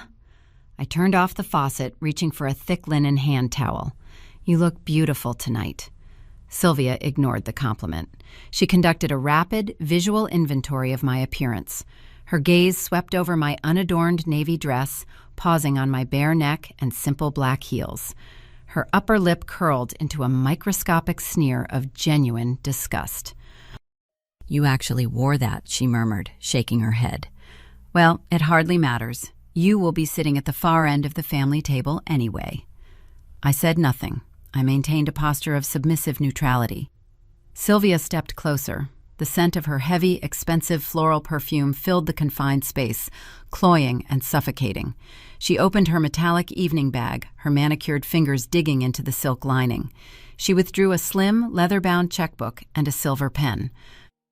"Layla, we need to have a practical conversation," Sylvia began, her tone shifting from condescending to strictly transactional. "Tonight is the culmination of your father's life work. He is incredibly fragile right now. His blood pressure is erratic. The last thing he needs is the emotional shock of dealing with you." "I thought he was expecting me," I replied softly, playing the confused, wounded daughter. "He is tolerating you," Sylvia corrected, the cruelty slicing through the false warmth. "But seeing you sit there, sullen and childless, while Maya celebrates the future of this family, it is going to break his heart. He does not want a scene. I do not want a scene. We need this evening to execute flawlessly." She uncapped the silver pen and scribbled rapidly across the face of a blank check. She ripped the paper from the booklet and held it out toward me. "Here is $50,000, Sylvia stated, her eyes locking onto mine with a desperate, calculating intensity. "Take the money. Walk out the service doors right now. Get back in your car, drive back to your little house in Iowa, and do not return. Consider it an early inheritance. Just leave before the guests arrive and ruin the narrative." I looked down at the check fluttering between her fingers. $50,000. The exact amount she demanded in the forged estrangement letter she handed my father. She was terrified. She realized my physical presence in the ballroom threatened the delicate house of cards she built. If I engaged Hector in an unsupervised conversation, the entire fraud might unravel before the trust funds unlocked. She was attempting a desperate, last-minute buyout to eliminate the variable. I let the silence hang in the marble bathroom. I watched a bead of sweat gather near Sylvia's hairline. I slowly reached out, but I did not take the check. I gently pushed her hand away. "I do not want your money, Mom." Sylvia's jaw tightened. "Layla, do not be stupid. This is a generous offer. If you walk into that ballroom, you are going to face a very cold reception. Your father has no interest in reconciling with someone who abandoned the legacy." I stepped back, smoothing the front of my navy dress. I dropped my gaze to the marble floor, adopting the precise physical posture of a defeated, intimidated child. I let my shoulders slump. I manufactured a slight trembling catch in my voice. "I am not going to make a scene, Mom," I whispered. "I promise. I will sit quietly at the end of the table. I just want to watch the speeches. I will not cause any trouble." Sylvia studied my face, searching for a trace of defiance. She found nothing but the cultivated illusion of absolute submission. The anxiety in her eyes slowly dissolved, replaced by a smug, triumphant satisfaction. She believed she won. She believed the invisible daughter remained thoroughly broken and controlled. "Fine," Sylvia sniffed, sliding the uncashed check back into her purse. "But remember your promise, Layla. Stay quiet. Do not engage Hector. Let Maya enjoy her night." She turned on her heel and swept out of the bathroom, the door slamming shut behind her. I stood alone in the quiet marble room. I reached into my clutch, pulled out a small glass of sparkling water I prepared earlier, and took a slow sip. The carbonation burned clean and sharp down my throat. It was a symbol of absolute clarity. If you have ever had to smile at someone who was actively destroying you, hit the like button, because this next part is for you. The trap was set. The targets were comfortable. It was time to walk into the ballroom, take my designated seat at the end of the table, and wait for my father to hand me the microphone. The heavy mahogany doors to the main ballroom swung open at exactly 7 o'clock. The quiet, cavernous space I inspected earlier was now a vibrant, deafening theater of wealth and influence. 200 of Illinois' most powerful figures poured into the room. State senators rubbed shoulders with agricultural lobby executives. Wives wearing six-figure diamond necklaces air-kissed over plates of caviar. A live string quartet positioned in the corner played a frantic, upbeat classical arrangement that barely penetrated the roar of overlapping conversations. The air hung thick with the mingled scents of expensive cologne, roasted prime rib, and the sharp floral perfume of the towering white lily centerpieces dominating every table. I navigated the crowded room, keeping my head down, and located table 1. Positioned directly in front of the raised stage, the family table commanded the prime real estate.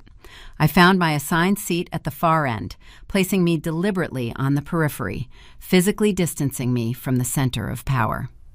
A moment later, Maya and Brett arrived. Maya wore a custom blush pink maternity gown spun from imported silk. The fabric draped perfectly over her 4-month bump, designed to highlight the impending heir. She glided into her chair, dropping an exhausted, theatrical sigh, designed to draw the attention of the surrounding guests. She reached for a crystal flute filled with Dom Perignon, taking a delicate sip while waving weakly at a passing banking executive. Brett dropped into the chair directly beside me. He wore a bespoke Italian tuxedo that fit his broad shoulders a little too tightly. His heavy gold Rolex caught the light of the chandeliers as he adjusted his cuffs. He radiated the frantic, aggressive energy of a man desperately pretending he was not drowning in a multi-million-dollar deficit. "Layla," Brett drawled, leaning closer. I caught the sour scent of stale bourbon masking his expensive aftershave. "Surprised you actually showed up." I kept my eyes focused on the crisp, white linen napkin resting on my plate. I wanted to be here to celebrate 40 years of marriage. Brett let out a short, barking laugh. "Right. Well, it is a shame Julian could not make it.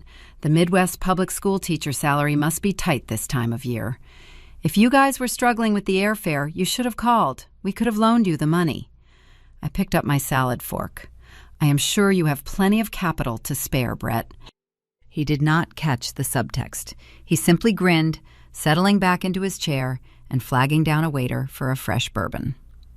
Maya turned her head, offering me a tight, microscopic smile that failed to reach her eyes. "Layla," Maya murmured, placing a protective hand over her stomach. "I hope you do not mind sitting down here. Mom wanted to make sure Dad had clear sightlines to the stage. He is so stressed about the speeches tonight." "I understand completely," I replied softly, taking a slow bite of mixed greens. "I do not mind at all." I offered nothing but polite, one-word answers, absorbing their microaggressions with the practiced stoicism of a stone wall. My silence emboldened them. They interpreted my lack of defense as a confirmation of my broken spirit. Maya continued performing the role of the glowing, exhausted matriarch in training, complaining loudly about her prenatal yoga schedule to anyone within earshot. Brett drank his bourbon, bragging to the neighboring tables about a fictional real estate acquisition he was supposedly negotiating in Miami. Across the ballroom, my father, Hector Garcia, commanded the floor. He moved between the tables with the effortless gravity of a king, surveying his loyal subjects. He shook hands, slapped shoulders, and laughed loudly at jokes he probably heard a dozen times before. But whenever his rotation brought him near table 1, his gaze slid past my chair. He actively avoided looking in my direction. The physical rejection stung, but I knew the source. He believed the woman sitting at the end of the table was a cold, calculating extortionist who demanded $50,000 to wash her hands of his legacy. He was protecting his heart. Sylvia orchestrated the room with terrifying efficiency. She glided between the VIP guests in her silver-beaded gown, touching arms, directing the waitstaff with subtle flicks of her wrist, and ensuring the photographers captured Hector from his most flattering angles. She looked triumphant. She believed she neutralized the only threat to her empire in the marble bathroom an hour ago.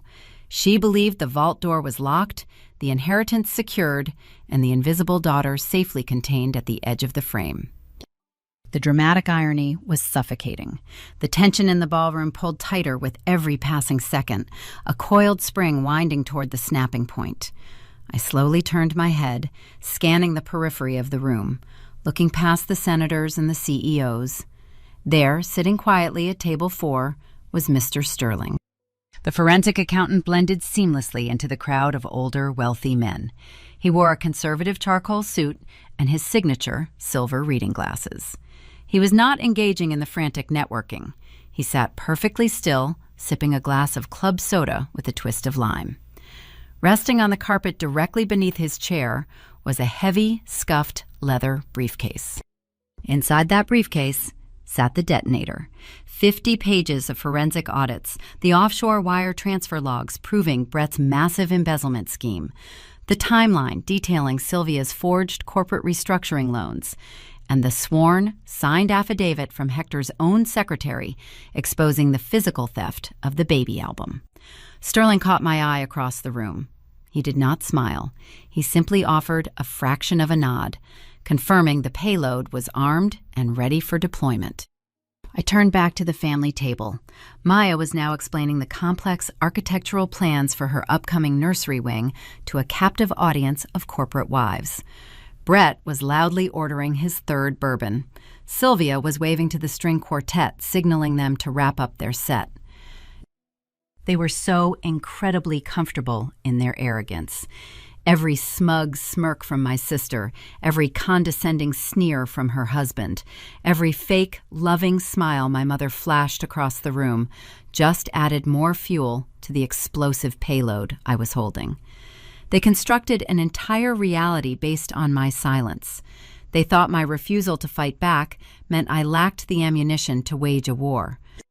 I took another sip of my sparkling water. The carbonation burned sharp and clean.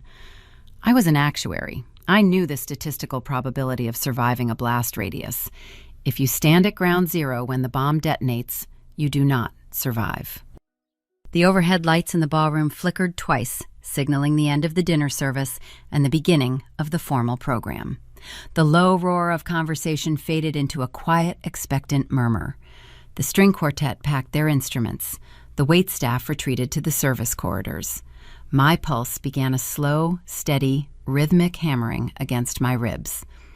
Sylvia took her seat next to Hector at the center of table 1. She reached out and patted his hand, offering him a look of profound, manufactured devotion. Hector patted her hand in return, adjusting his tuxedo jacket before standing up from his chair. He walked slowly toward the raised stage, his footsteps echoing in the quiet room. He climbed the short flight of stairs and stepped behind the acrylic podium. He tapped his silver spoon against a crystal champagne flute. The sharp ping cut through the silence. The anniversary toast was about to begin, and the mechanism of my mother's destruction was about to lock into place. The heavy crystal chandelier suspended above the ballroom dimmed in perfect unison, plunging the room into a soft, dramatic twilight. A single, sharp spotlight clicked on, cutting through the shadows to illuminate the acrylic podium. Hector Garcia stood at the center of the beam. He gripped the edges of the podium, leaning forward with the muscular, dominating posture that defined his entire corporate career. He was drunk on the applause, the expensive wine, and the undeniable validation of 200 peers hanging on his every word. "Thank you," my father began, his deep baritone vibrating through the massive speakers flanking the stage. 40 years. When I started this company with nothing but a rusted tractor and a bank loan, I never imagined standing in a room like this. A wave of respectful, appreciative laughter rolled through the crowd. My father knew how to work a room. He possessed a terrifying charisma, a gravitational pull that demanded loyalty and punished dissent. "But I did not build this empire alone," he continued, his voice softening, taking on a practiced, emotional timbre. He looked down at table 1, extending a hand toward my mother. "Sylvia, my rock, the woman who kept this family together through thick and thin, who navigated the storm so I could focus on the horizon. I owe you everything." Sylvia pressed a hand to her chest, ducking her head in a flawless performance of humble gratitude. A polite smattering of applause followed. I watched her absorb the praise, her silver-beaded gown catching the stray light. She was actively bankrupting his company to cover her son-in-law's gambling debts, and she sat there accepting his absolute devotion without a flinch. The sociopathy required to maintain that facade was staggering. "And now," Hector declared, his voice rising, regaining its booming authority, "we look toward the future. The Garcia legacy requires a strong foundation, but it also requires a future to inherit it. Maya, Brett." Maya stood up slightly, resting a hand on her 4-month bump, offering the room a radiant, serene smile. Brett beamed beside her, clapping loudly. "You are giving me the greatest gift a father could ever ask for," Hector said, his voice trembling with genuine emotion. "The dawn of the next generation, the very first grandchild." The ballroom erupted. The applause was deafening, a roaring validation of the bloodline. Guests raised their champagne flutes. I looked over at table 4. Mr. Sterling remained perfectly still, his eyes locked on the leather briefcase resting by his feet. I turned my attention to the rear of the ballroom, seeking the visual confirmation required to execute the strike. I located the audio-visual control booth elevated above the service doors. The technician wearing the black polo shirt was frantically typing on his laptop keyboard. I caught his eye. He shook his head violently, holding up his hands in a panicked, helpless gesture. He mouthed 2 words through the shadows. System crash. A cold spike of terror drove itself straight through my ribcage. My breath hitched. The entire operation relied on the overwhelming visual shock of Elena's 11-foot photograph hitting that screen. Without the visual proof, my words would just sound like the desperate, jealous ravings of an estranged daughter. Sylvia would instantly seize control of the narrative. She would summon security, claiming I was suffering a mental breakdown, and have me physically dragged from the room before Sterling could open his briefcase. The trap required the projection to paralyze the room. I stared at the booth, my pulse hammering a frantic, deafening rhythm in my ears. The technician frantically pulled the HDMI cable from the laptop, blew on the connector, and shoved it back into the port. He rebooted the primary display server. The applause in the ballroom began to fade. The guests lowered their glasses, returning their attention to the stage. Hector Garcia stood at the podium, basking in the fading echoes of the celebration. But as he looked down at table 1, the warmth vanished from his features. His eyes swept past Maya, past Brett, past Sylvia, and finally locked onto me. He stared at the daughter sitting at the absolute fringe of the family table. He did not see a daughter who mailed him a beautiful leather album containing his newborn granddaughter's photograph. He saw the daughter who supposedly drafted a cold, legal document demanding $50,000 to permanently sever her ties. He saw the extortionist. The mask of the benevolent patriarch hardened into an expression of profound, cruel resentment. The hurt he carried for months weaponized itself. He leaned closer to the microphone. "And Layla?" he said. The sudden shift in his tone sent a ripple of uncomfortable tension through the room. The remaining murmurs died. "When is it going to be your turn?" Hector asked, the cruelty amplifying through the speakers. "Do not make us wait forever." The silence that followed was absolute. 200 people held their breath, waiting for the invisible, broken daughter to shatter under the weight of the public humiliation. Maya offered a tiny, victorious smirk. Sylvia sat rigid, her eyes fixed on my face, waiting for me to honor the promise I made in the bathroom. She expected me to lower my head, absorb the blow, and vanish into the background. I looked toward the back of the room one last time. In the dark window of the AV booth, a small, vibrant green light blinked to life. The technician looked up, giving me a frantic, definitive thumbs up. The system rebooted. The payload was locked in the chamber. I placed my linen napkin on the table. I stood up. The scrape of my chair pushing back against the hardwood floor echoed like a gunshot in the silent ballroom. Every eye in the room pivoted toward me. My father's cruel smile faltered, replaced by a flicker of genuine confusion. Sylvia hissed my name under her breath, her hand shooting out to grab my wrist. I stepped out of her reach. I did not scream. I did not cry. I channeled every ounce of analytical, actuarial precision I possessed. I projected my voice clearly, ensuring the acoustics of the silent room carried every single syllable to the raised stage. 11 months ago, Dad, I said, and you were invited. Hector blinked. What are you talking about? I turned my body, facing the AV booth at the back of the room. I raised my right hand and delivered the signal. Hit it. The massive projector bolted to the ceiling hummed to life with a deep, resonant vibration that I felt in my chest. A blinding rectangle of pure white light slashed through the dim ballroom, striking the dormant screen behind the stage.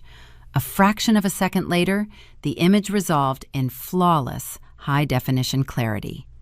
Elena. She dominated the room, 11 feet tall and 20 feet wide. The photograph captured her sleeping peacefully in the hospital bassinet, wrapped tightly in the vibrant yellow yarn of the knitted blanket. Her tiny, perfect features, the mop of dark hair, the delicate curve of her closed eyelids. Every detail was magnified into an undeniable, towering monument of existence.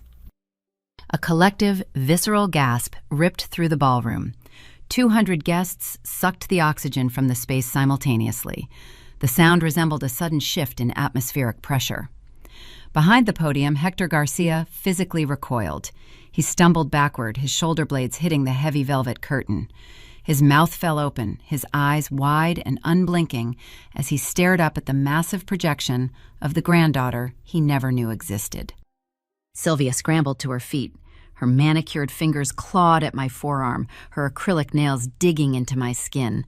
"Layla," she hissed, her voice a frantic, venomous whisper. "Turn that off right now. Sit down." I ripped my arm out of her grasp. I turned toward the small string quartet staging area adjacent to our table, grabbed a spare microphone resting on a mic stand, and clicked the power switch. The green indicator light flared. "Her name is Elena," I announced. My voice echoed through the PA system, bouncing off the vaulted ceiling, commanding absolute authority. "She was born 11 months ago, Dad, during the worst blizzard of the year. I spent 10 months waiting for a single phone call from you, waiting for you to acknowledge the birth of your first grandchild. I sent a premium, leather-bound album containing this exact photograph directly to your private corporate office. I tracked the delivery. I verified the signature." Hector gripped the edges of the podium, his knuckles turning white. His gaze snapped from the projection screen down to me. "I never received an album," he stammered, his booming voice reduced to a hollow rasp. "Layla, I never saw this." "I know," I replied, my tone surgical and cold, "because it was intercepted by your wife." The ballroom erupted into chaos. Whispers ignited into shocked, overlapping conversations. State senators exchanged horrified glances with banking executives. The pristine facade of the Garcia dynasty was disintegrating in real time. "That is a lie," Maya screamed, jumping up from her chair.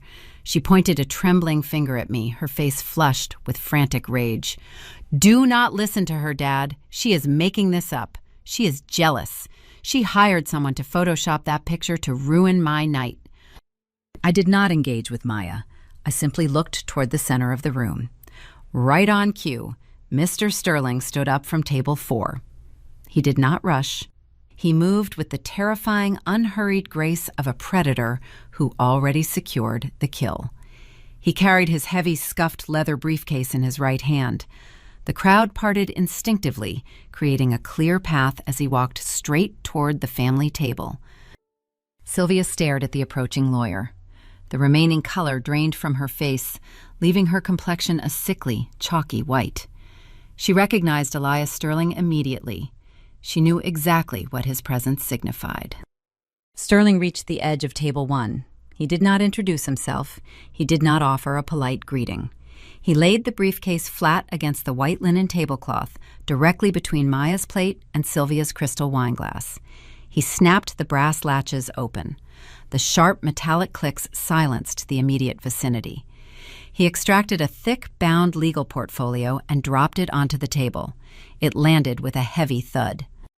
"These are 50 pages of certified forensic audits," I projected over the microphone, ensuring every guest heard the exact nature of the payload.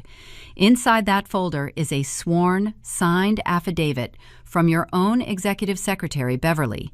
She details the exact date and time Sylvia physically removed the certified baby album from your corporate desk while you were out at a lunch meeting." Hector looked at his wife. His eyes darted across her face, searching for a denial, searching for an explanation. Sylvia could not meet his gaze. She stared down at the legal portfolio, her breath coming in short, erratic gasps. "But hiding my daughter was just the prerequisite, Dad." I paced, slowly, parallel to the table, holding the microphone close. "They did not erase Elena because they hated me. They erased Elena because her existence triggered an automated financial audit within the generational trust, and an audit would have exposed the theft." "Theft," Hector echoed, the word sounding foreign on his tongue. "What theft?" I reached into my pocket and retrieved a small remote control the AV technician provided earlier. I pressed the forward arrow. The massive projection screen behind the stage shifted. The beautiful, serene photograph of my sleeping daughter vanished. In its place, a complex, high-definition spreadsheet illuminated the ballroom. Rows of financial data, highlighted in aggressive neon yellow blocks, dominated the space. They used Elena's absence to commit corporate loan fraud, I announced. I clicked the remote again. The screen zoomed in, isolating a specific column of data. Look at the screen, Dad. Those are offshore wire transfers, millions of dollars siphoned from your corporate restructuring accounts, moved directly into limited liability companies registered in the Cayman Islands. Companies owned exclusively by your son-in-law, Brett. Brett physically flinched. He slumped back into his chair, trying to make himself smaller, trying to disappear into the upholstery. The swaggering corporate vice president vanished, replaced by a terrified, bankrupt fraud facing his executioner. Sylvia and Maya forged your signature on those corporate loans, I continued, the microphone amplifying the absolute devastation of the truth. They used the stolen cash to cover Brett's catastrophic day trading debt. But corporate loans carry strict repayment schedules. They needed a massive influx of untraceable capital to quietly replace the stolen funds before the corporate accountants noticed the deficit. They needed the generational trust to unlock. I clicked the remote a third time. The screen shifted to the original trust document, zooming in on Section 2. The trust only releases the capital upon the verified birth of your first grandchild, I stated. They needed Maya to get pregnant, and they needed to ensure you never knew I beat her to the finish line by 11 months. They built a multi-million-dollar embezzlement ring, and they used your blind joy over Maya's pregnancy as a shield to hide the crime. The silence in the ballroom transformed from shock into sheer, morbid fascination. 200 of the most powerful people in Illinois were watching a titan of industry realize his entire life was a carefully constructed lie. They were watching the matriarch of the Garcia Empire exposed as a felon. But I possessed one final piece of evidence, the most devastating weapon in the arsenal. The document that proved Sylvia did not just steal his money, she systematically shattered his heart to maintain her control. I reached into my small clutch purse and pulled out the stiff manila envelope. The silence in the ballroom possessed a physical weight. The massive projection screen looming behind the stage displayed the undeniable architecture of the fraud, casting a harsh blue glow over the silent crowd. The offshore wire transfers, the forged signatures on the corporate loans, the damning timeline connecting the embezzlement to my daughter's birth. The data hung in the air, a digital guillotine poised to sever the Garcia dynasty. At table 1, Brett stared down at his empty plate. His face gleamed with a sheen of cold sweat.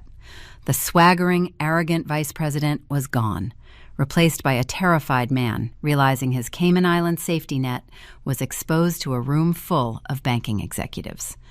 Beside him, Maya sat frozen. Her hand slipped away from her pregnant stomach, clutching the edge of the tablecloth. The performance of the exhausted, radiant heir shattered, leaving only the stark panic of a woman watching her inheritance evaporate. But exposing the financial treason was merely the objective of the forensic audit. The emotional execution required a different weapon. I looked up at the stage. My father, Hector Garcia, stood behind the acrylic podium. The untouchable tycoon, the man who commanded boardrooms and negotiated multi-million-dollar mergers with ruthless precision, looked entirely hollow. His broad shoulders slumped. He stared at the projection screen, his eyes tracking the data, mathematically calculating the magnitude of the betrayal executed by the people he trusted most. I set the microphone down on the nearest table. The amplified thud echoed through the PA system. I walked toward the stage. The guests sitting in the front rows instinctively leaned away from me, recognizing the quiet, dangerous momentum of a woman with nothing left to lose. I stopped at the edge of the platform. I unclasped the manila envelope I retrieved from my clutch purse. I slid the heavy, watermarked document out of the protective sleeve. I walked up the 3 short steps onto the stage. I stopped beside the podium. Hector did not look at me. His gaze remained locked on the sprawling spreadsheet projected behind him. I held out the paper. This is the final piece of the ledger, Dad." Hector slowly turned his head. He looked down at the document, trembling slightly in my hand. His eyes scanned the familiar letterhead of the independent notary public. He saw the harsh, uncompromising legal terminology declaring my deep, irreconcilable hatred for the family legacy. He saw the paragraph demanding a $50,000 severance payment to permanently dissolve my ties to the bloodline. And then he looked at the signature, Layla Garcia. My father's breath hitched. A terrible, fragmented sound escaped his throat. I watched the memory replay behind his eyes. I watched him recall the specific evening Sylvia walked into his mahogany study, her face arranged in a mask of manufactured grief, and handed him this exact document. I watched him remember reading the words, believing his youngest daughter despised him so intensely she demanded cash to act as an orphan. I watched him remember the months he spent sitting in his dark office mourning a ghost, unable to reach out because he believed I cemented the rejection with a legally binding contract. "Mom wrote this, Dad, not me." Hector's head snapped up. "I never hated you," I said, my voice dropping to a quiet, steady rhythm meant only for him. "I waited for you to call. I mailed you the album. I wanted my daughter to know her grandfather. But you let Sylvia operate as the gatekeeper. You let her lock the doors, and you never bothered to check if the locks were real. She practiced my signature for hours. I pointed to a specific section of the document, just above the red notary stamp. Look at the slanted Y. Look at the sharp finish on the A.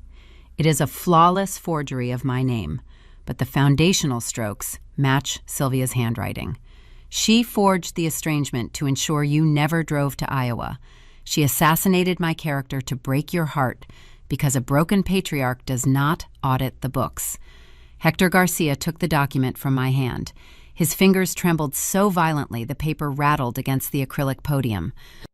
He stared at the forged signature.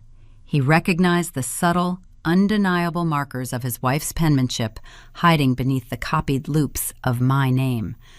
The realization hit him with the devastating force of a physical blow. The financial theft was a corporate crime, but the deliberate, calculated manipulation of his grief, the orchestration of his profound loneliness, was an act of pure, unadulterated evil. The facade, finally, completely disintegrated. The untouchable tycoon collapsed. His knees buckled and he dropped heavily into the padded chair positioned behind the podium. He did not shout. He did not rage. He bowed his head, burying his face in his large, calloused hands, and let out a guttural, weeping sob. The sound amplified through the live microphone, broadcasting the absolute destruction of a powerful man to the entire ballroom. It was the sound of a father realizing he traded the first year of his granddaughter's life for a lie. Down at table 1, panic consumed Sylvia. The polished, triumphant matriarch vanished. She scrambled out of her chair, the silver beads of her custom gown clashing against the table leg. She rushed toward the stage, her high heels stumbling on the carpet. "Hector," she pleaded, her voice shrill and desperate, cracking under the pressure of the exposure. "Hector, please, you have to listen to me. Brett was drowning. We were going to lose the estate. I had to protect our lifestyle. I had to protect Maya." She reached the top of the stairs, extending a manicured hand toward his shoulder. Hector's head snapped up. The weeping ceased, replaced instantly by a terrifying, explosive rage. He recoiled from her touch, as if her fingers were coated in acid. "Get away from me!" He roared the command directly into the live microphone. The sheer volume of the amplified shout caused the guests in the front rows to physically flinch. The sound feedback screeched through the speakers. "Do not touch me," he bellowed, his face contorted in absolute disgust. "You stole my daughter. You stole my granddaughter. You bled my company to fund a degenerate. Get out of my sight." Sylvia froze, her hand hovering in the air. She looked out at the ballroom. 200 guests were staring at her. The state senators she spent years lobbying, the banking executives she hosted at lavish dinner parties, the country club elites whose approval dictated her self-worth, they were all watching her. Some were whispering behind their hands. Others were openly pointing at the offshore wire transfers still illuminated on the massive screen. The social execution was absolute. She was a pariah. In the chaos, Brett saw his window. He slowly pushed his chair back from the table, keeping his head down. He turned away from the stage, attempting to quietly slip toward the velvet curtains masking the side exit. He needed to reach his car.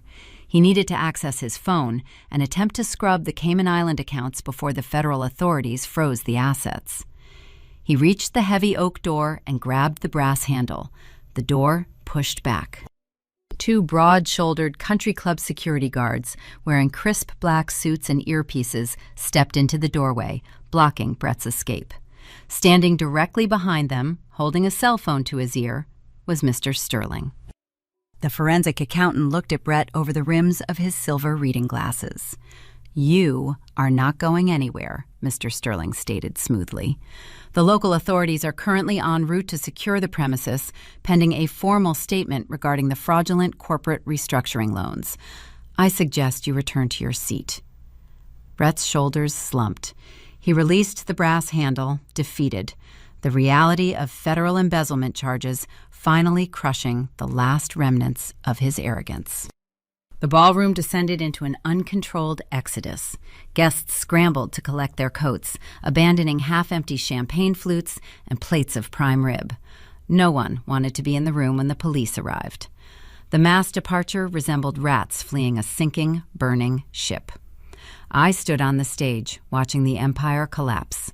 The ledger was balanced, the data was verified. I turned away from my father, walked down the short flight of stairs, and approached table 1. Maya sat alone amidst the abandoned table settings. Her pristine makeup was ruined, black mascara tracks running down her cheeks. She was sobbing uncontrollably, clutching her stomach. But she was not crying out of remorse for the sister she erased. She was crying because the massive, generational trust she spent months plotting to steal was now locked behind a federal investigation. She was crying over her lost inheritance. I picked up my small clutch purse from the table. I looked down at the golden child. "Enjoy the legacy, Maya." I turned my back on the family table, ignored my mother weeping near the podium, and walked toward the grand foyer. I did not run. I walked with the steady, measured pace of a woman walking away from a demolition site, navigating through the fleeing crowd of Chicago elites, stepping out of the shadows and into the clean, quiet clarity of the aftermath. The heavy mahogany doors of the main ballroom swung shut behind me, instantly muffling the chaotic symphony of shouting guests, shattering glassware, and frantic security personnel. I stepped into the grand foyer of the Oak Brook Country Club. The contrast was staggering. Out here, the air felt cool and still, scented with lemon polish and fresh winter pine. The vaulted ceiling soared above a pristine expanse of imported marble flooring. In the center of the room, a tiered stone fountain trickled a gentle, rhythmic stream of water, untouched by the devastation unfolding just a few yards away. Standing beside the fountain was Julian. He wore a simple charcoal suit, looking remarkably grounded amidst the opulent surroundings. Resting securely in his arms was Elena. She wore her dark navy velvet dress with the crisp white tights, her tiny patent leather shoes dangling over Julian's forearm. She was wide awake, her dark eyes tracking the shimmering reflections of the chandelier bouncing off the moving water. Julian looked up as my heels clicked against the marble. He studied my face, reading the posture of my shoulders and the steady cadence of my breathing. He did not ask how the operation went. He simply reached out his free hand. I closed the distance between us, tangling my fingers through his, and pressed a kiss to my daughter's warm, soft cheek. She smelled of baby powder and innocence, a pure, incorruptible variable in a corrupted world. A heavy thud echoed from the corridor. The ballroom doors pushed open, rebounding against the brass stops. My father stumbled into the foyer. Hector Garcia looked decades older than the man who commanded the podium 10 minutes prior. His tailored tuxedo jacket hung open, the silk bow tie pulled loose and hanging unevenly around his collar. The imposing, untouchable patriarch was gone. His face was gray, lined with deep, sudden crevices of grief and exhaustion. He braced a hand against the wall to steady himself, his chest heaving as he scanned the quiet lobby. His eyes found me. Then his gaze shifted downward, landing on the small, velvet-clad infant resting in Julianne's arms. A tremor racked my father's broad frame. He took a hesitant step forward, pushing away from the wall. His polished shoes dragged across the marble. He closed the distance slowly, as if approaching a mirage he feared might evaporate into the winter air. When he reached the edge of the fountain, his legs surrendered. He dropped to his knees. The fabric of his trousers hit the hard stone. He did not care about his suit, his dignity, or the stray country club staff watching from the cloakroom. He stared up at Elena. His hands hovered in the air, trembling, unsure if he possessed the right to touch her. Tears spilled over his lower eyelids, carving wet tracks down his weathered cheeks. "I am sorry," he whispered, the words tearing from his throat in a ragged, broken rasp.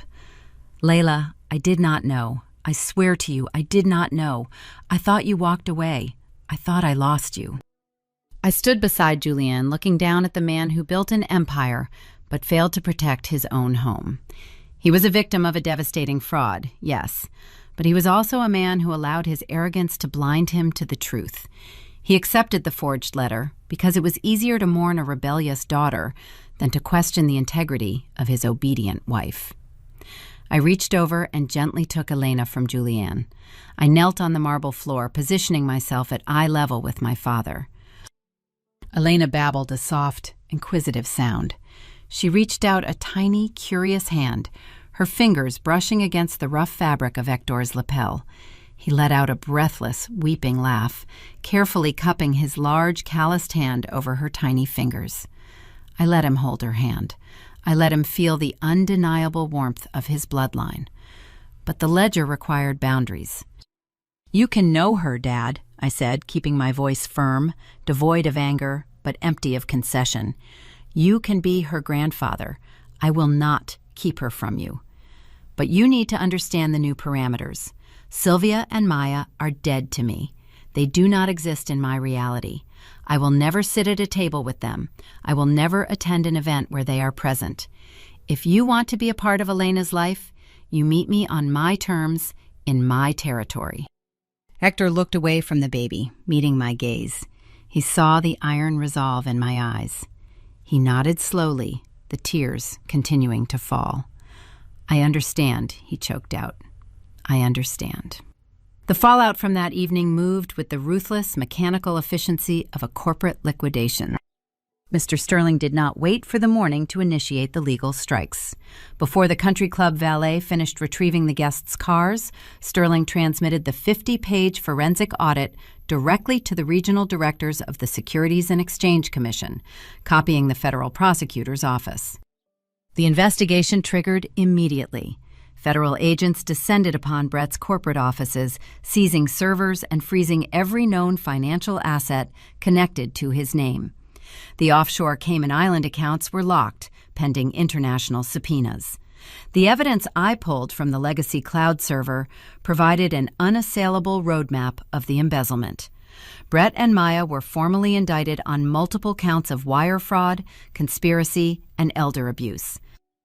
The criminal charges carried catastrophic financial penalties. To satisfy the federal restitution orders and repay the stolen corporate capital, the government seized their assets. The poetic justice of the seizure was flawless. Maya lost the sprawling, pristine suburban mansion, the very same house whose purchase date I utilized to crack her digital safe became property of the federal government. She was evicted from her curated showroom, stripped of her designer wardrobe, her custom luxury vehicles, and her country club memberships. The golden child, who built her entire identity on the illusion of limitless wealth, was reduced to renting a modest, generic apartment while awaiting her criminal trial. Sylvia faced a different yet equally devastating ruin. Hector filed for an expedited divorce the morning after the gala. He retained Elias Sterling as his personal counsel. Sterling weaponized the forged estrangement letter and the corporate theft to trigger a punitive clause in my parents' decades-old prenuptial agreement, nullifying any claim Sylvia possessed regarding spousal support or the division of the agribusiness empire. Sylvia was exiled. The high society circle she spent 40 years cultivating abandoned her overnight. The charity boards demanded her resignation. The wives of the banking executives stopped returning her calls. She traded her silver-beaded gowns and diamond chandeliers for a life of profound, isolated irrelevance. She orchestrated the erasure of my family, and in return, society erased her. 6 months have passed since the night in the Oakbrook Ballroom. I am back in Des Moines. The brutal Midwestern winter melted into a vibrant, humid summer. I sit on my thrifted patio furniture, sipping a glass of iced tea, watching Julian chase a giggling, toddling Elena across the thick green grass of our backyard. The heavy oak trees provide a cooling shade. The guest bathroom still has a stubborn drip, and the floorboards still creak, but the house feels lighter. The phantom weight of my family's rejection no longer presses down on the roof. My father flies into the regional airport once a month. He stays at a quiet hotel downtown and takes us out to quiet, unassuming dinners. He reads picture books to Elena, his booming corporate voice softening into a gentle rumble. He is learning how to be a grandfather, and slowly, cautiously, we are learning how to speak to each other without the toxic interference of the gatekeepers. I am a data actuary. I look at the world through the lens of variables, probabilities, and ledgers. The data never lies. It simply waits for someone willing to read the harsh truth hidden within the cells. My mother and sister treated my life like a disposable asset. They tried to erase my daughter from the equation to balance their own corrupt books. They assumed I would play the role of the passive victim, absorbing the injury to keep the peace. They miscalculated the risk. I audited their lives, exposed the deficit, and bankrupted their lies. If you take anything away from this story, let it be this: silence does not equal consent.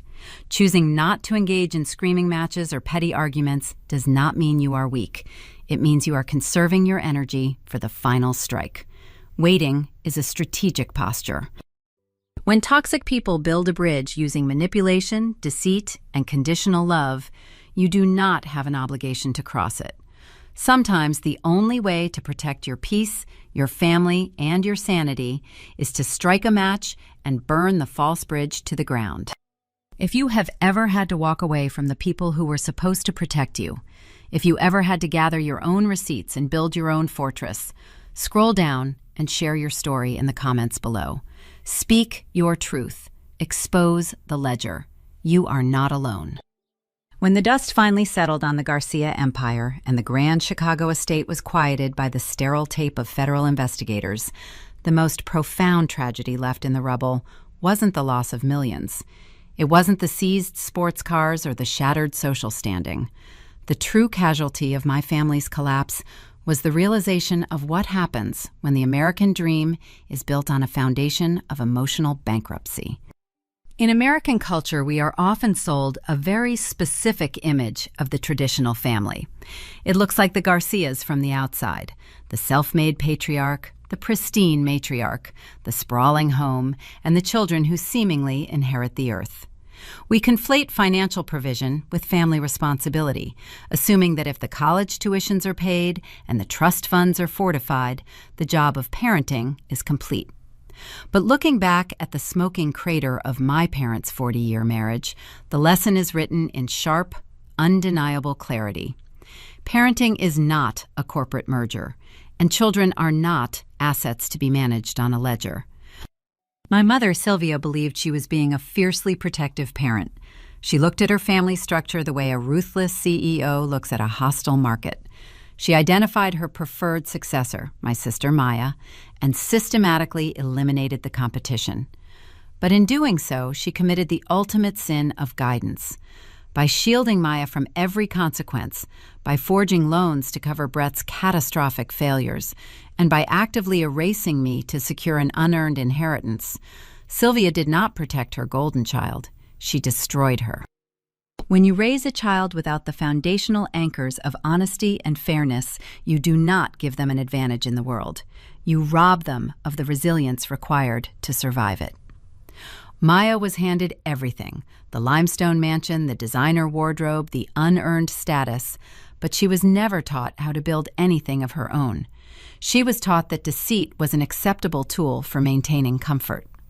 When the federal agents knocked on her door, she possessed no internal compass to navigate the crisis, only the fragile, shattering illusion of her own superiority.